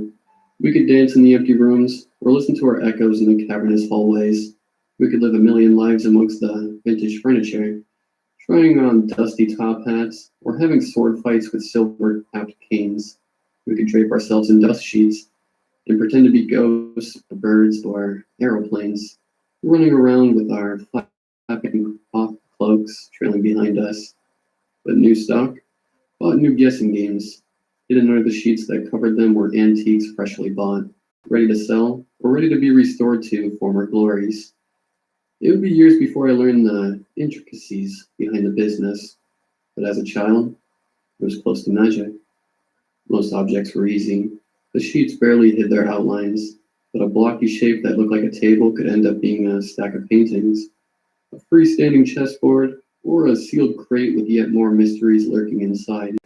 We made our way through the fresh inventory, but I let my sister pull off the sheets and barely guessed, lost in thought. What if her grandfather was still in one of these boxes, desperate to get out, trapped in the dark? Where are you going? I heard Macy ask. My eyes focused, and I realized I was halfway out the door, staring down the corridor, towards the door with the ivory handle. Grandmother didn't have many rules for us to follow. Don't break anything, don't irritate the staff, but the one she always insisted on was don't go into the room with the ivory handle. She never explained why. She simply forbade it. Quick and clean. I'd always figured there were valuables in there she didn't trust to children. The door wasn't locked, and I'd seen the staff go in there a few times, but only the senior staff were allowed through this corridor. Senior staff? and family. I glanced back at Macy and nodded for her to follow. She followed, and together we slowly made our way down the corridor. Empty photo frames hanging ominously above us. I always wished they'd just put something in them. Photos of my mother, or us, landscapes, art, anything really. Even taking them down would have been better than leaving them empty, like gilded tombstones. Approaching the door, it was impossible not to feel small. The black paneled door towered over us and had a way of looking heavy. Without having ever so much as touched it, somehow my mind knew the weight of it. With dry lips, I reached out to the handle. My fingers hovered, afraid it might burn to touch. Footsteps made me snatch my hand away, and I turned on my heels, babbling nervous gibberish to my sister. Lucille, my least favorite administrator, stalked past. Her heels click-clacking. She ignored us completely as she passed. I don't think she cared for children. Or, not for us at least. I always thought she looked shriveled up, like a piece of fruit left out in the sun. "Are we going to get in trouble?" whispered Macy, after Lucille had left our view. "No," I said with a smile. "Of course not." But I knew it was too risky to try whilst the staff were still here. In a couple of hours, they would finish, and it would just be us and our grandmother. So I raced Macy to the gardens, and we practiced cartwheels. But even in the summer sun, I couldn't get the image of my grandfather out of my mind, pressed in tight, clawing at the wooden insides of his box-shaped grave, pleading for us to find him. The staff left at 5 o'clock, and we had dinner with our grandmother. Afterwards, we usually sat and did puzzles or drew pictures, but because the sun was still shining, our grandmother said we could keep playing outside if we wanted to. We did, but only until she took her eyes off us. Then we took off inside, sneaking towards the door with the ivory handle. The house was a different place with the staff gone, even in full daylight. It somehow felt larger and more foreboding. Macy's fingers found my hand and held it as we walked. The ivory handle glistened, as if inviting us. Looking closely, I saw it had golden leaves snaking around the outside and curling along its edges. Macy squeezed my hand tight as I reached out and opened it, letting the door swing slowly open with a drawn-out creak of rusty hinges.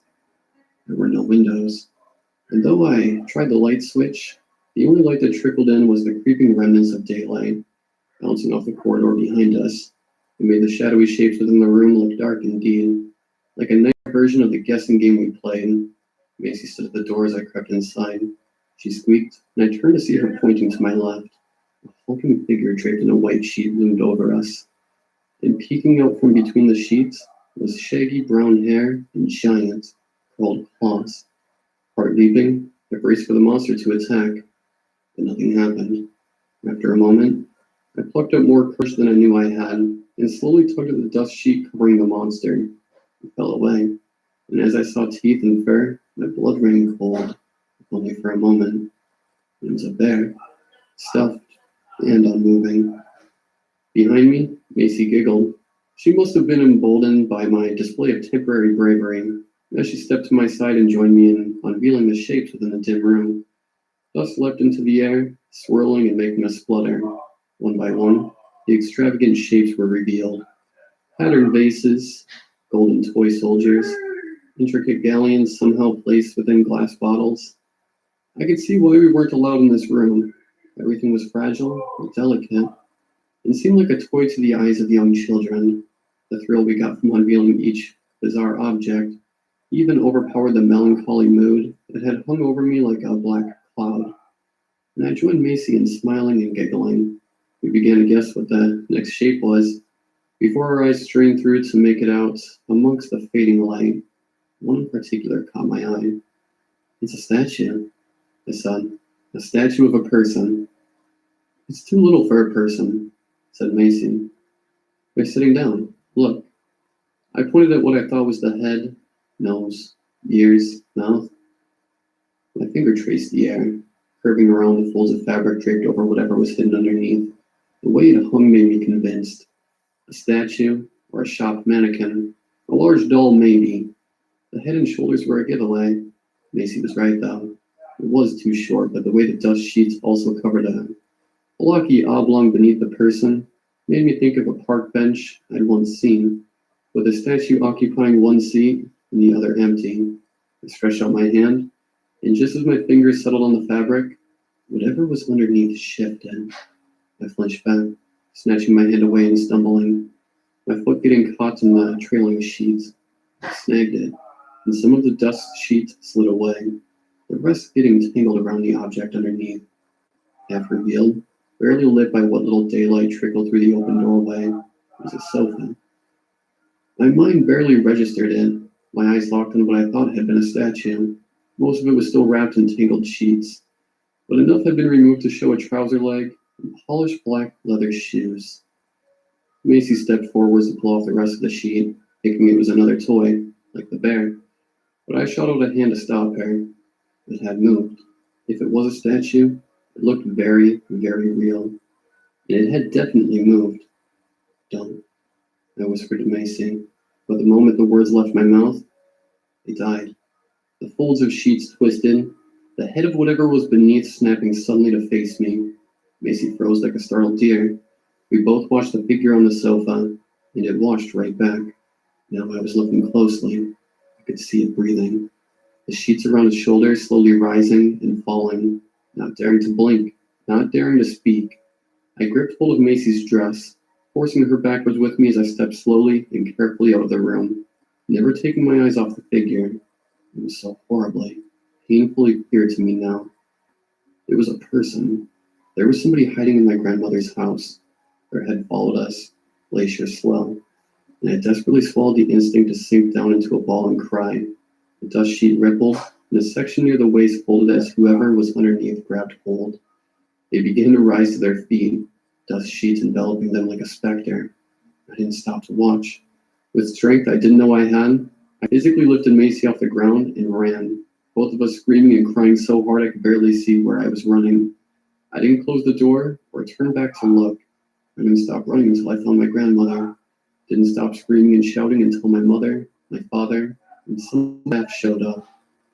Didn't stop crying. I fell asleep. They didn't find anybody, of course. They searched the house.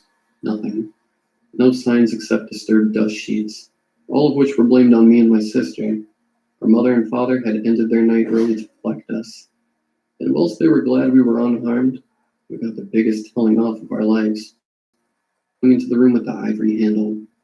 It was a long time until we were allowed to play unsupervised at my grandmother's house. When we went back, we were told the door with the ivory handle was going to be locked from now on. They said it as though they were trying to reassure us, but I heard the truth loud and clear.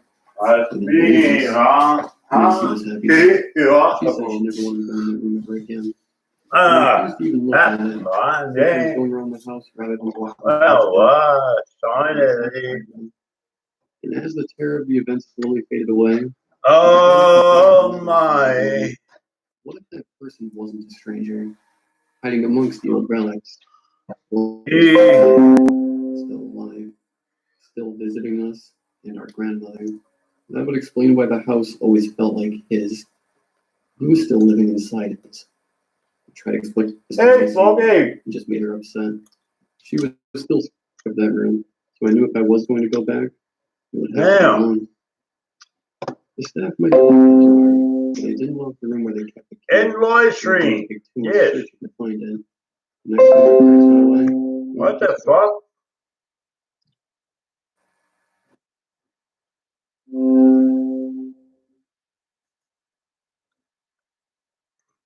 Ah.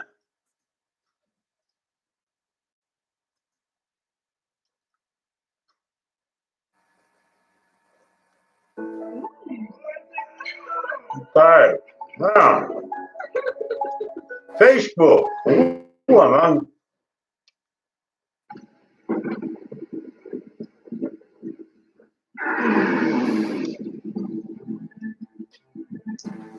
Hey, I'm on Facebook. Cool. Michelle, what are you going at tonight? The fuck? 1:41 a.m.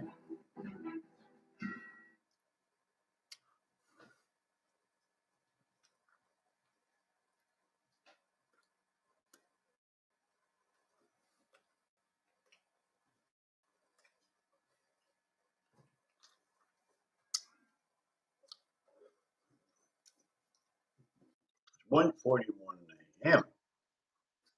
Michelle. And left us with our grandmother. Right I was her ready back. to explore again, find my grandfather. Well, I got heard it. YouTube gone. Now I I'm just stood on. up. And we'd gotten scared. And I got YouTube gone. Now I'm on Facebook. I stole the key. All right. When night came, I waited until Macy fell asleep. We go to my room into the hall. So I was watching television. I Facing away from the just hall, and it was easy to creep past her. Down the main stairwell of the house. I was walking barefoot. Fucking Sammy, Jesus Christ. Oh, fucking goddamn dick. I made my way down the corridor, eyes locked on the black door and the white ivory handle, shining like a beacon on the faint echoes of moonlight. I'd taken a torch, but I didn't need it. As the door creaked open, where was you at? The light switch revealed the staff had changed the. I got her friends. Jesus Christ. The sudden artificial light was almost blinding. I'm gonna have to hang around with friends. Fuck. Identical to my previous visit, though they weren't nearly as ominous without the shadows to ensnare them. It was reassuring, and the light made all my nerves vanish. More than ever, I was convinced. Tonight, I was going to. I'm gonna hang around with friends. As I stalked the covered shapes, was familiar and recognizable from before. Hanging. I noticed only one difference. Around. The shape of the sofa. It's spelled around. I wonder. Searching the last hidden spaces of the room, quickly became obvious. Around. Grandfather wasn't here. The room was empty. I shocked the cat spell around. Holy fuck. Crushing weight settled over my shoulders, and I shook my head slightly, trying to ward off stinging tears. I was just a silly little girl, up past her bedtime cheek. Around. I walked towards the sofa, wanting to sink around. down. Okay, I got right it. There. I was hanging with my final steps. Around. What are you doing? Around. Macy, at the doorway, rubbing sleep from her eyes. Friends. I didn't see any point in lying. I'm looking for Granddad, and he's not here. Nobody's here. As if to check, Macy's eyes drifted off to the vacant sofa. I expected her to nod and turn to leave, but instead, her eyes went wide and her lips began to tremble. She pointed, and I turned to look. An insect, or something, was crawling beneath the dust sheet, right across the sofa cushions. It was the size of a small animal, like a rabbit, but the way the sheet moved was too spindly and angular. The sheet shifted and twisted around the shape of whatever was underneath. It could almost have been a spider, but each leg joint that poked under the sheet was as thick as my knuckle. If I'd have dared to move, I would have smashed it with my torch and kept hitting it until the dust sheet stopped moving. Frozen as I was, all I could do was watch. I crept forwards on the sofa as it went over the edge. It didn't fall. The sheets rippled, and it continued walking downwards at the same steady pace. Whatever it was, I'd soon find out. It was walking straight towards me, and it was about to emerge from beneath the sheets. The sheets waved gently, as though stirred by a breeze, and something drifted out, elegant and smooth. Fingers. Clean, perfectly manicured fingers. A youthful woman's hand peeked out, each finger painted with red fingernail polish. The hand was so leisurely in its movements, floating above the ground. What was you at tonight? Sheets. Oh my God. I just said what I was at. Holy fuck. No way somebody could contort themselves to fit what little void existed between cloth. Oh my God, women. Holy fuck. Unable to close, the hand slowly rotated and took hold of the sheet, raising higher and higher to reveal the patterned sofa. Having a few drinks with my friends, the colors of the sofa were so vivid and vibrant. And they just we hadn't noticed it before. Even with the person distracting us, even in the near darkness, the flowers looked so real. You could almost see the moon dew forming on the petals. Almost feel the sun's reflection glittering in the tilt of wind-brushed leaves. Me and Steven the dust sheets and smoke beckoned me. It withdrew, slowly disappearing and the shape of the arm slithered away, and curved and twisted to shiver. Even as young as I was, I knew no human arm could bend that way. Whatever was underneath that thin layer of fabric, it moved the way a snake did, writhing. Okay. The sofa was dazzling. I It pure white behind the flowers. am Couldn't have been. It was too going One to somehow seemed too dull a color to Mad describe it. Rock It was almost blinding to look at. I in couldn't stop myself. Bay Macy was at my side. We Roberts both stared unblinking at the fabric and flowers. And the 10 colors our eyes in had the never morning. seen before. Birds fluttered into the room with silent flapping wings. Hummingbirds. Now, see what she says now about all that. Sipping from the flowers of the fabric. It took me a long moment to realize they weren't in the room at all. They were just on the pattern. Oh, excuse me. Pushing. And yet they were. Maybe I shouldn't end my YouTube live too early. I should have stayed on YouTube live. For a moment, Fuck. I wanted to follow them. I took a step forward and The only way I got to do another YouTube live. God damn it. At the exact same time. We turned to look at each other, peeling our eyes away from the What sofa. time That was enough. can you pick me up Something later? Campbell told I shouldn't sit down. Right. Yet somehow it was easier to stop each other than stop ourselves. We didn't speak, but together, my sister and I left the room, gripping hold of each other, Later. never breaking eye contact. When we reached the door, The fuck? I flicked off the light and shut the creaking door with all my What strength. The room with the time iron handle Do vanished from you view. want I saw for one brief moment Me of man. He was to barely visible in the darkness, but he sat on the sofa, you hands on his knees. His up? cold eyes met mine, and even the half second before the door closed was too long. The moment the door was shut, I locked it. We never went into that room again. Neither me, nor Macy 12:30. ever Oh, saw hell no. Fuck each that. other or anyone else. She might not even remember. Perhaps I would have been able to dismiss it as childish fantasy if it wasn't for the thing I saw yesterday. Fuck that. It's right on dinner time. Last year. The Uh-uh. ashes were kept in an urn, but during the house sale and all the moving, somehow the ashes got lost. They found the urn, which never left the house, but the ashes were gone. Obviously, my family was devastated. A few people who probably didn't deserve it got fired. But we never found out who was responsible or what happened. During the final weeks of the house sale, all of our grandfather's vast fortune and old treasures got divided amongst family, friends, and loyal employees. Of particular interest to most were several items locked behind a door with an ivory handle. Macy and myself avoided that particular day of exploration. But as I said my last goodbyes to the house, I couldn't help but notice a familiar shape amongst the others, draped beneath dust sheets, the blocky outline of a sofa, with something placed on Hey, it, Smokey. something with a head and shoulders, the vague outline of a person, perched Smokey. on the sofa with room to Fuck spare. yeah. At the very bottom, peeking beneath the sheets was the trim of a faded green dress and matching green buckled shoes. My grandmother's shoes. Whatever was wearing them shifted slightly beneath the dust sheet, turning to face me, and patted the empty seat. Mm.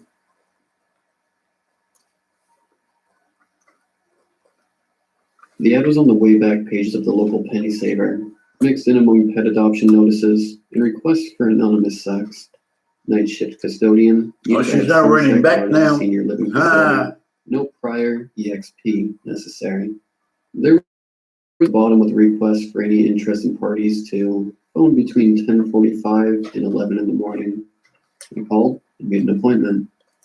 The Sunset Garden Senior Living Facility was an elegant red brick structure laid out like some sweeping phosphate plantation, complete with gleaming white columns out front, and a wide wraparound porch lined with rockers and dainty wicker sofas.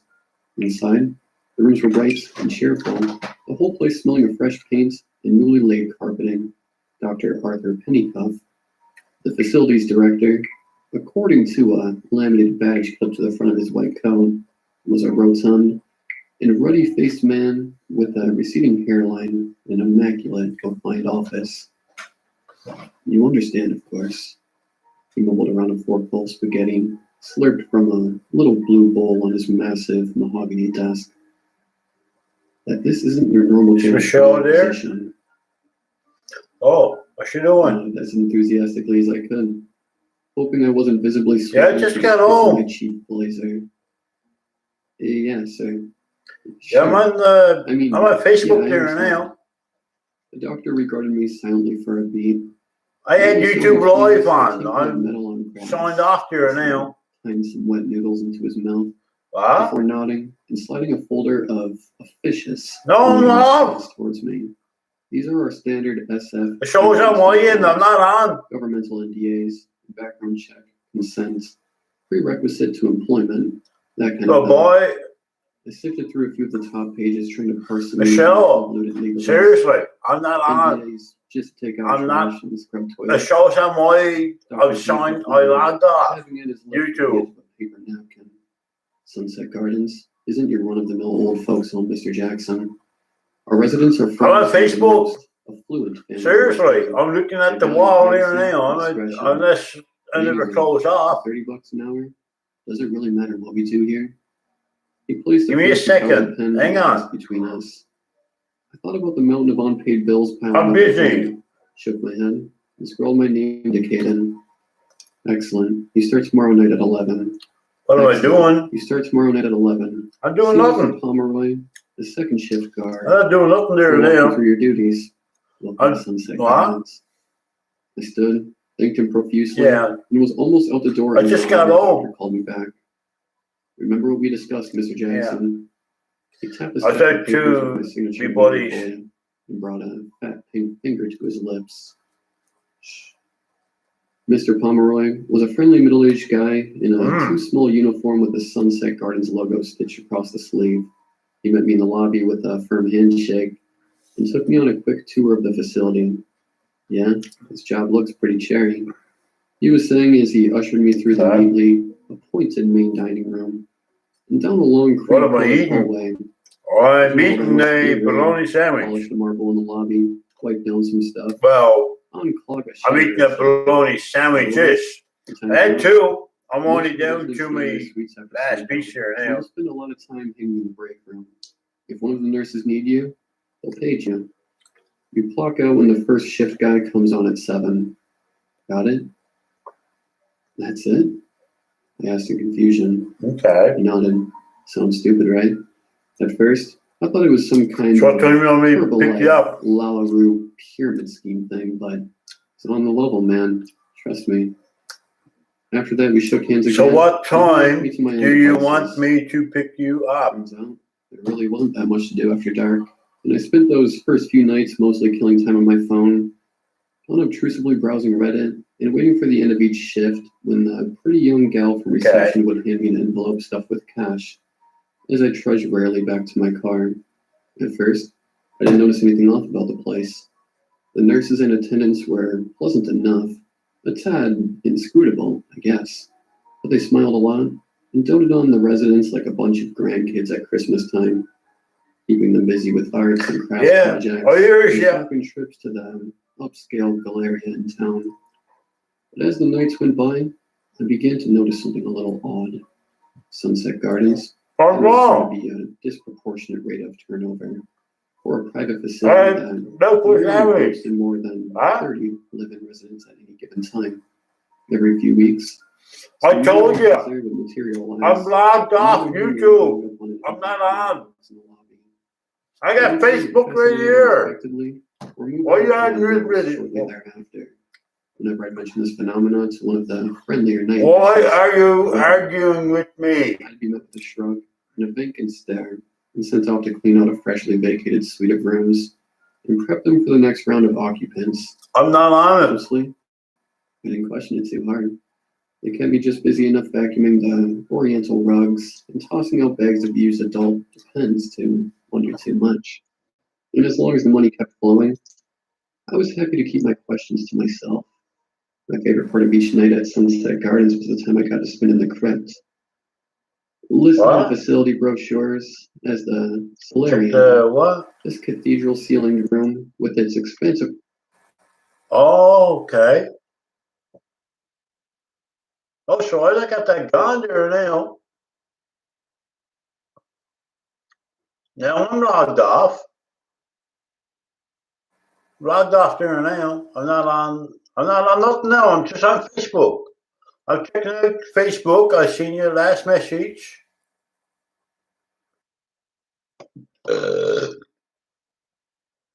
Yeah, yeah. She's just dropped me off. She and her man just dropped me off. Oh, she can go to bed. I'm fucking tired, man. I can't even keep my phone up in one hand. I want to eat. Can I eat my sandwich, please?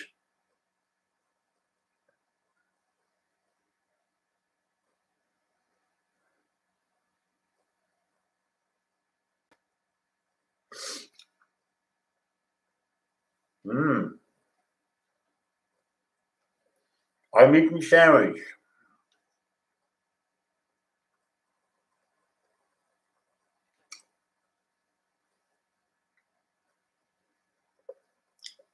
Yeah. I don't know how long you're going to be gone over there.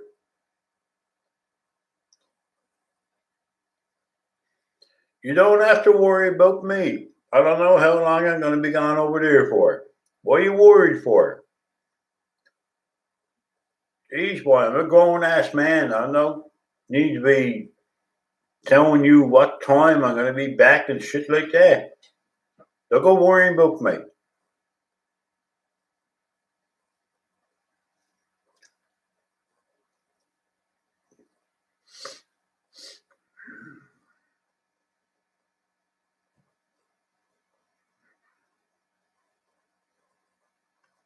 Yeah.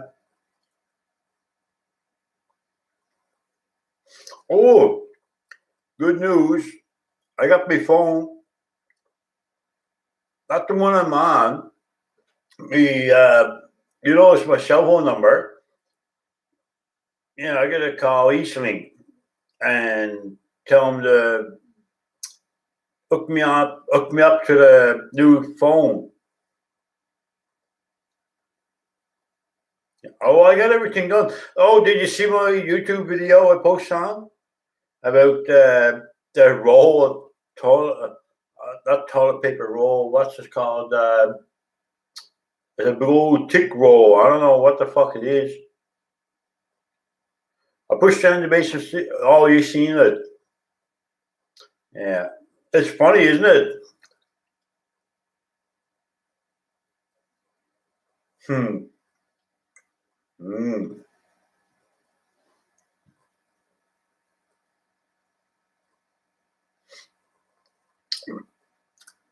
I checked on it once.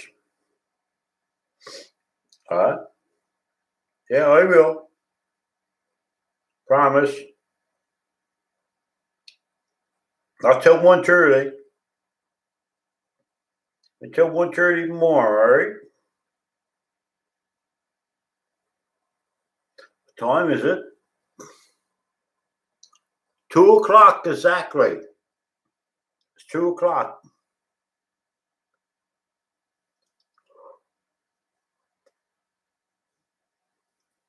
Mm.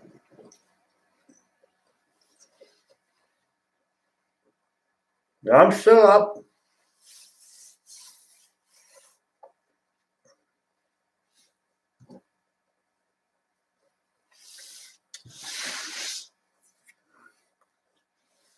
I told you. I just got dropped off.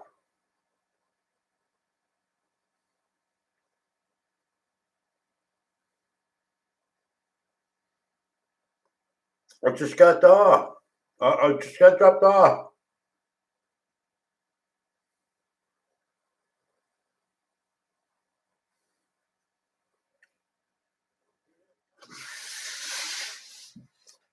Yeah, I'm still up.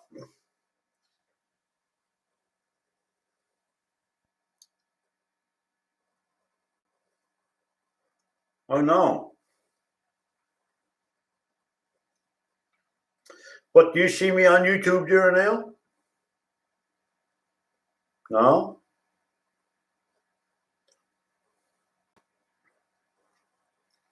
The shows that I'm on Facebook during now, I'm not on YouTube. I'm signed off.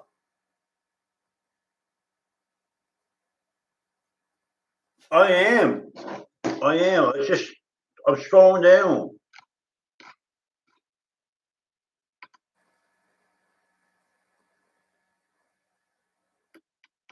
What?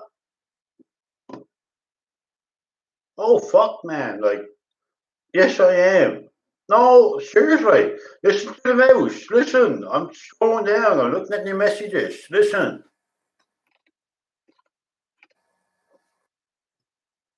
Oh, I gotta show you my phone. My new phone.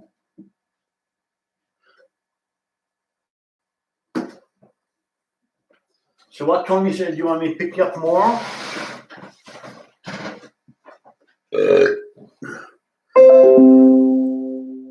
Just give me a second. I gotta do a Snapchat.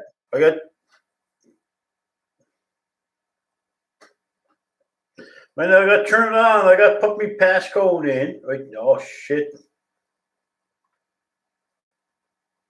I put my passcode. Oh my god! Can you give me a chance to talk? I got to put my passcode in, and then I got to do my fingerprint. Yes, give me a second, please. I'll be back. Give me a second. Holy fuck. I can still hear her talking. Fuck's sake. Thumbprint. Fuck, I got mayonnaise on me fucking fingers. Might work. Shit.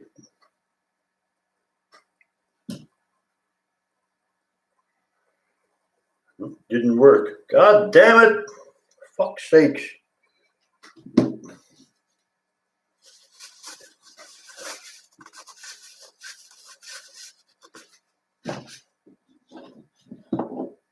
Oh, all that fucking shit all over the goddamn table.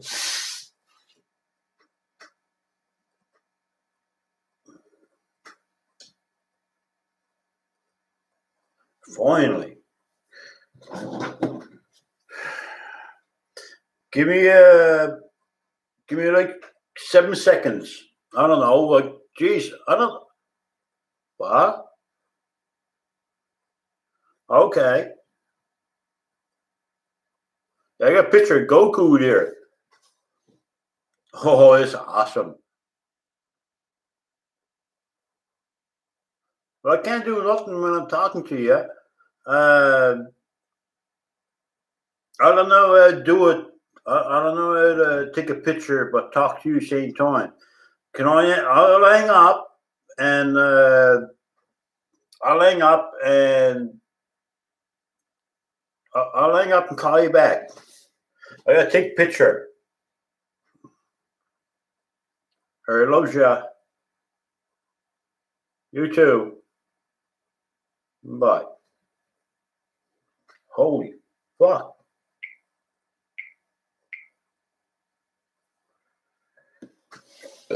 This fucking camera on this. I can never remember.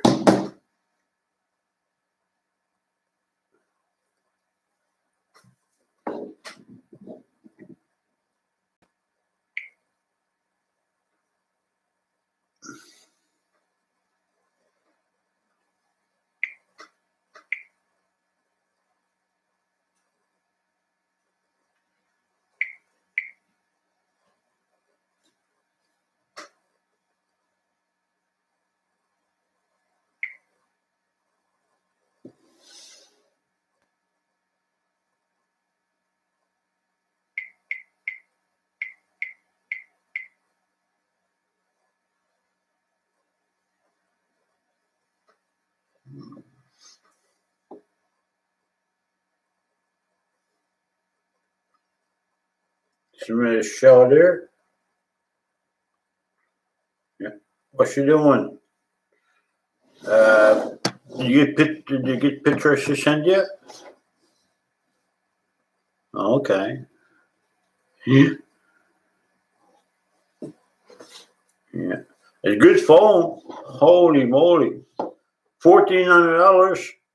Should be good fucking phone. You got 3 cameras on it. Got 3 cameras, and it's got a shitload of stuff that I don't even know what's on it. Holy crap. Very high tech, I know that. It's heavy. It's heavy, so it must be good. And I bought a phone case in the Walmart, cheap phone case. Oh, guess what else I can do?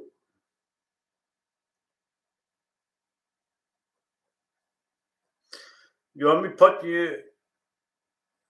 What? What's wrong?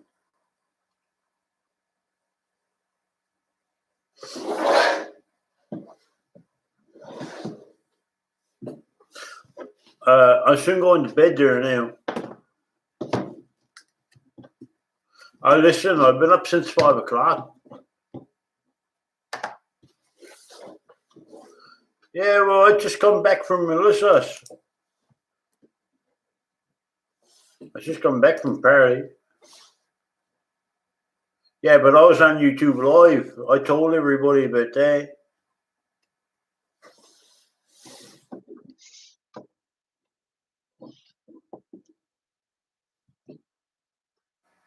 Yeah. Well, I'll pick you up tomorrow.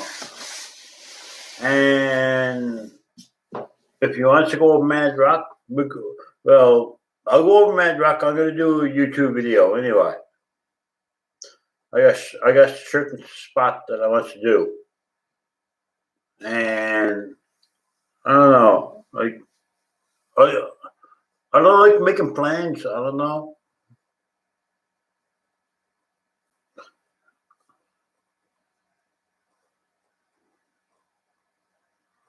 Yeah. Go Hope Falls if you want. And they go to Hope Falls. I got a pair of rubbers here. You can have a pair of my rubbers. I got my own rubbers, but you can have mine. Yes, I got a pair of rubbers here, so you want to see them.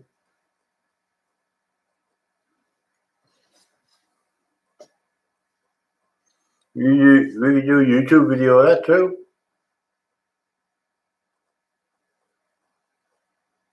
What? No. Probably.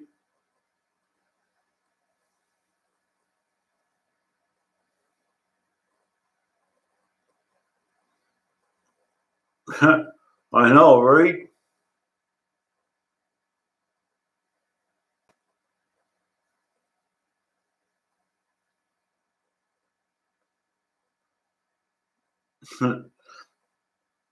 Yeah, but you don't need rubbers because it's mash. You got to cross.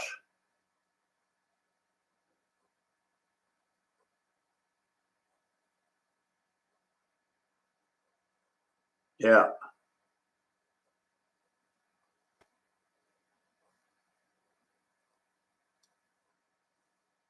Well, I don't need Facebook on there now. I'm going to log off Facebook and I'm just going to bed. I'm shutting everything down.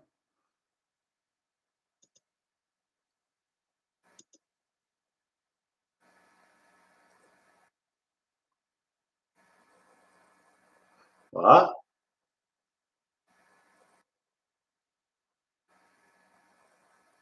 Yeah.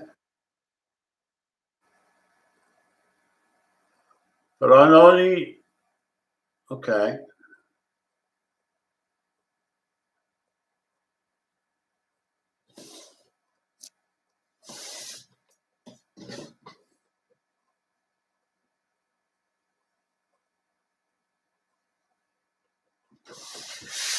What are you bound for? Oh, man. What phone keeps coming on?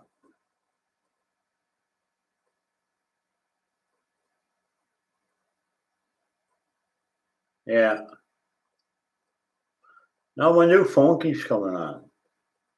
Every like 40 seconds it'll pop up.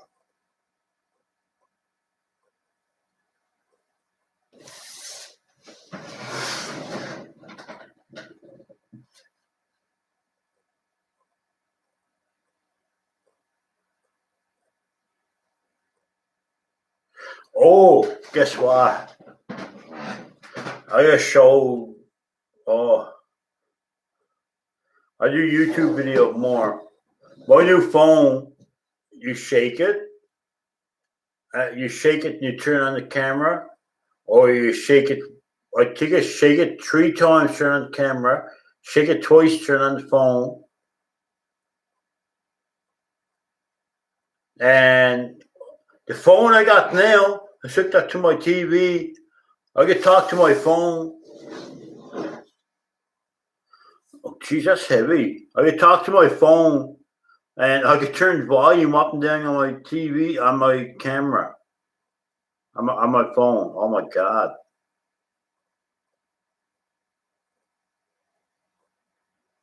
Yeah.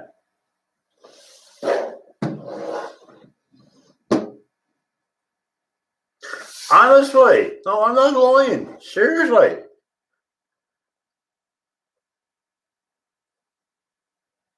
No, I could talk to my TV.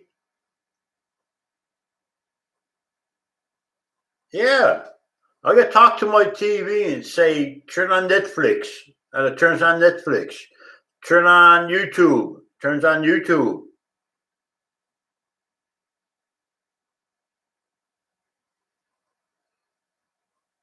Maybe I do that one. Maybe I'll upload it today. Well, what time is it? 12:13.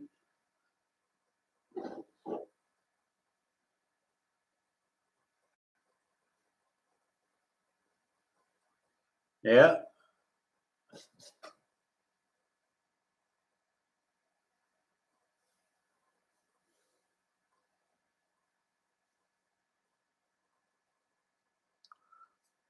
But yeah. All right.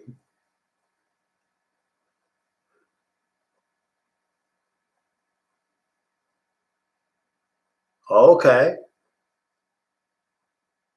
Well, I do a YouTube video just to prove it. I'll prove everybody wrong. Right now, there's an app where right now.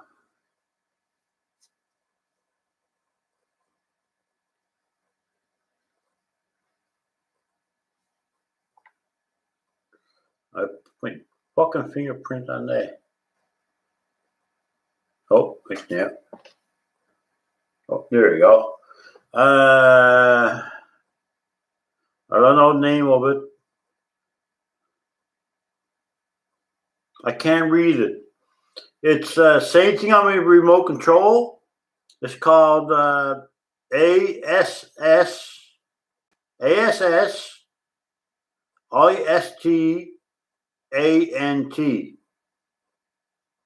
Assistant tank. Assistant tank. I can't pronounce assistant tank.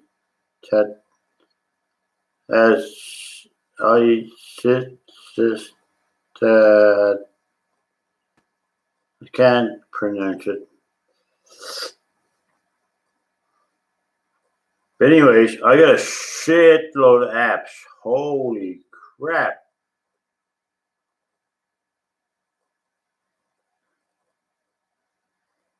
Yeah.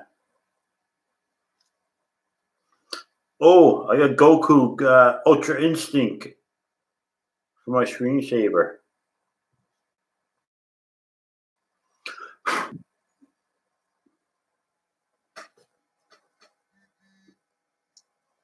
I just turned on my flashlight, just shaking my phone.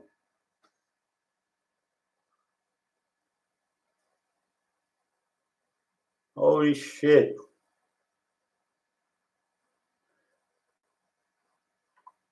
That's the new iPhone 12 Plus, whatever the fuck it's called. Got 3 cameras, well, 4 cameras. If you want to count top one, they got 3, the 4, and the flashlight.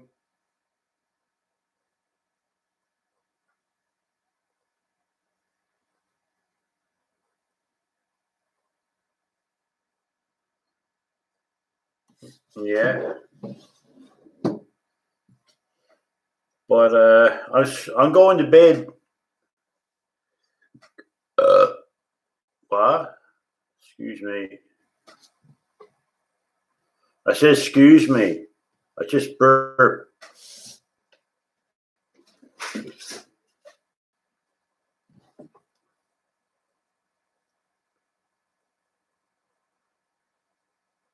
Yeah.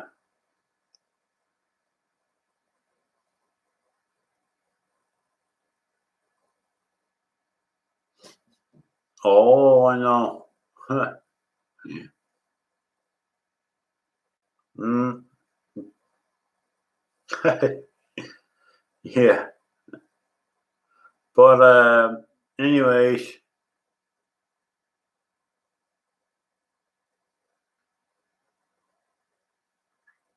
you tired?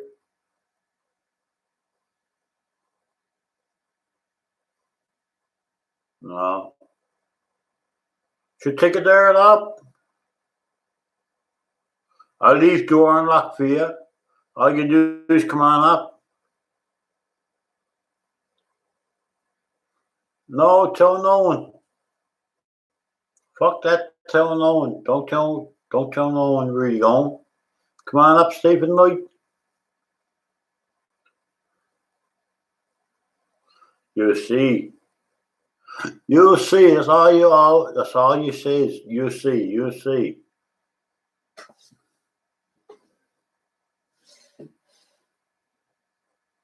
Well, I'll leave door unlocked. I'm gonna leave door unlocked for you. I'll leave the lights on. But I'm going to bed, alright? Yeah. I'm gonna log out of Facebook here now.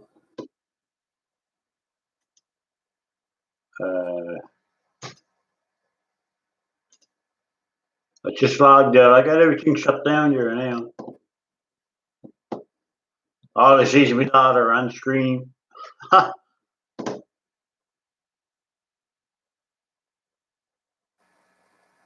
I just got you on the phone. What? No.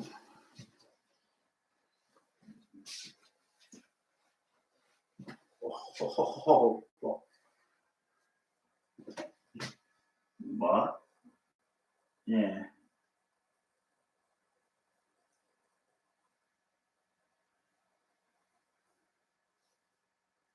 All right.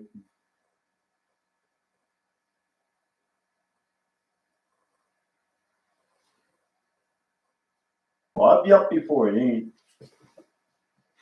Yeah. Oh, yeah.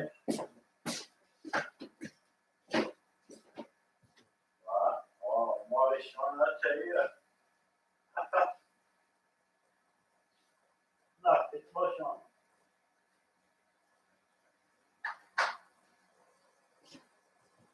I fucking fit my son. Lord Jesus, I had 3 or 4 drinks.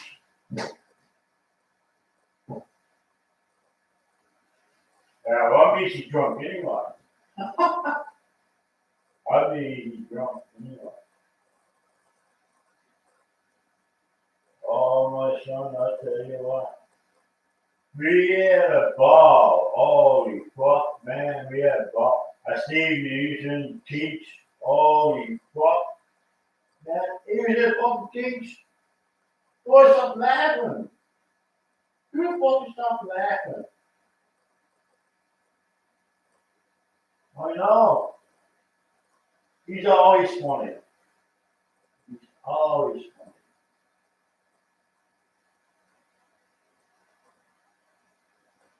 Yeah.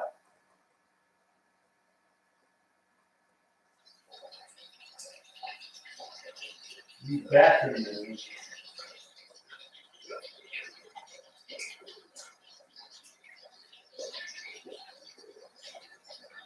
Oh.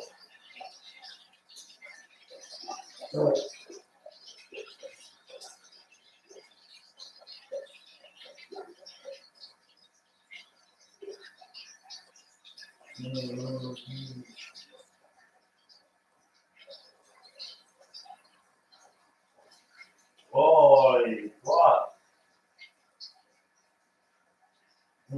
Water from here.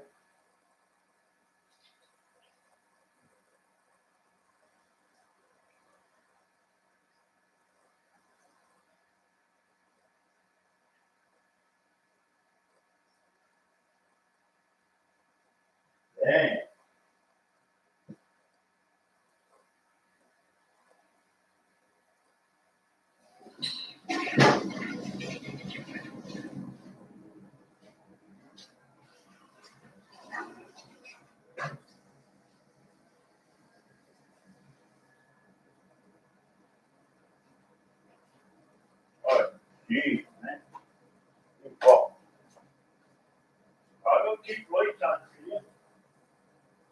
Huh? I'll keep the bedroom light on for you. You come on in, then. Alright? You still coming here, right?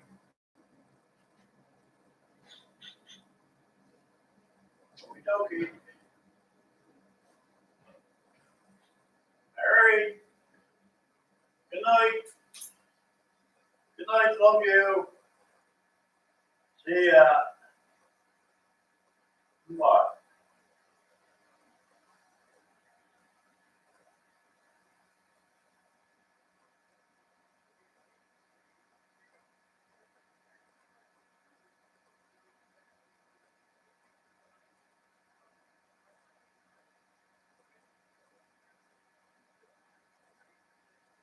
Oh.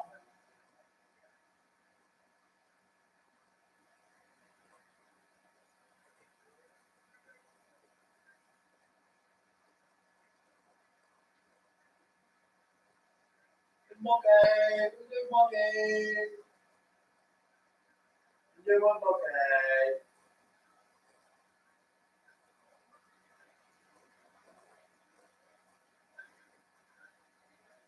Hey.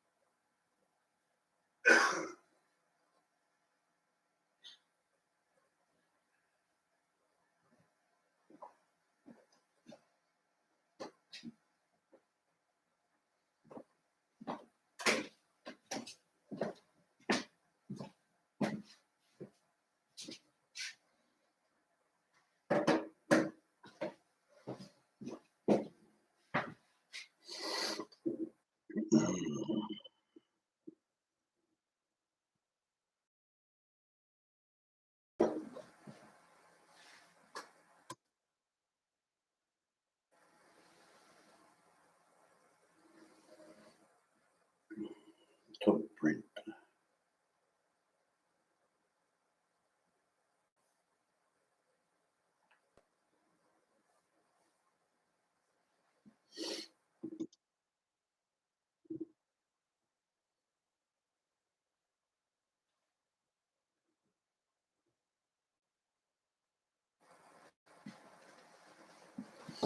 Mm.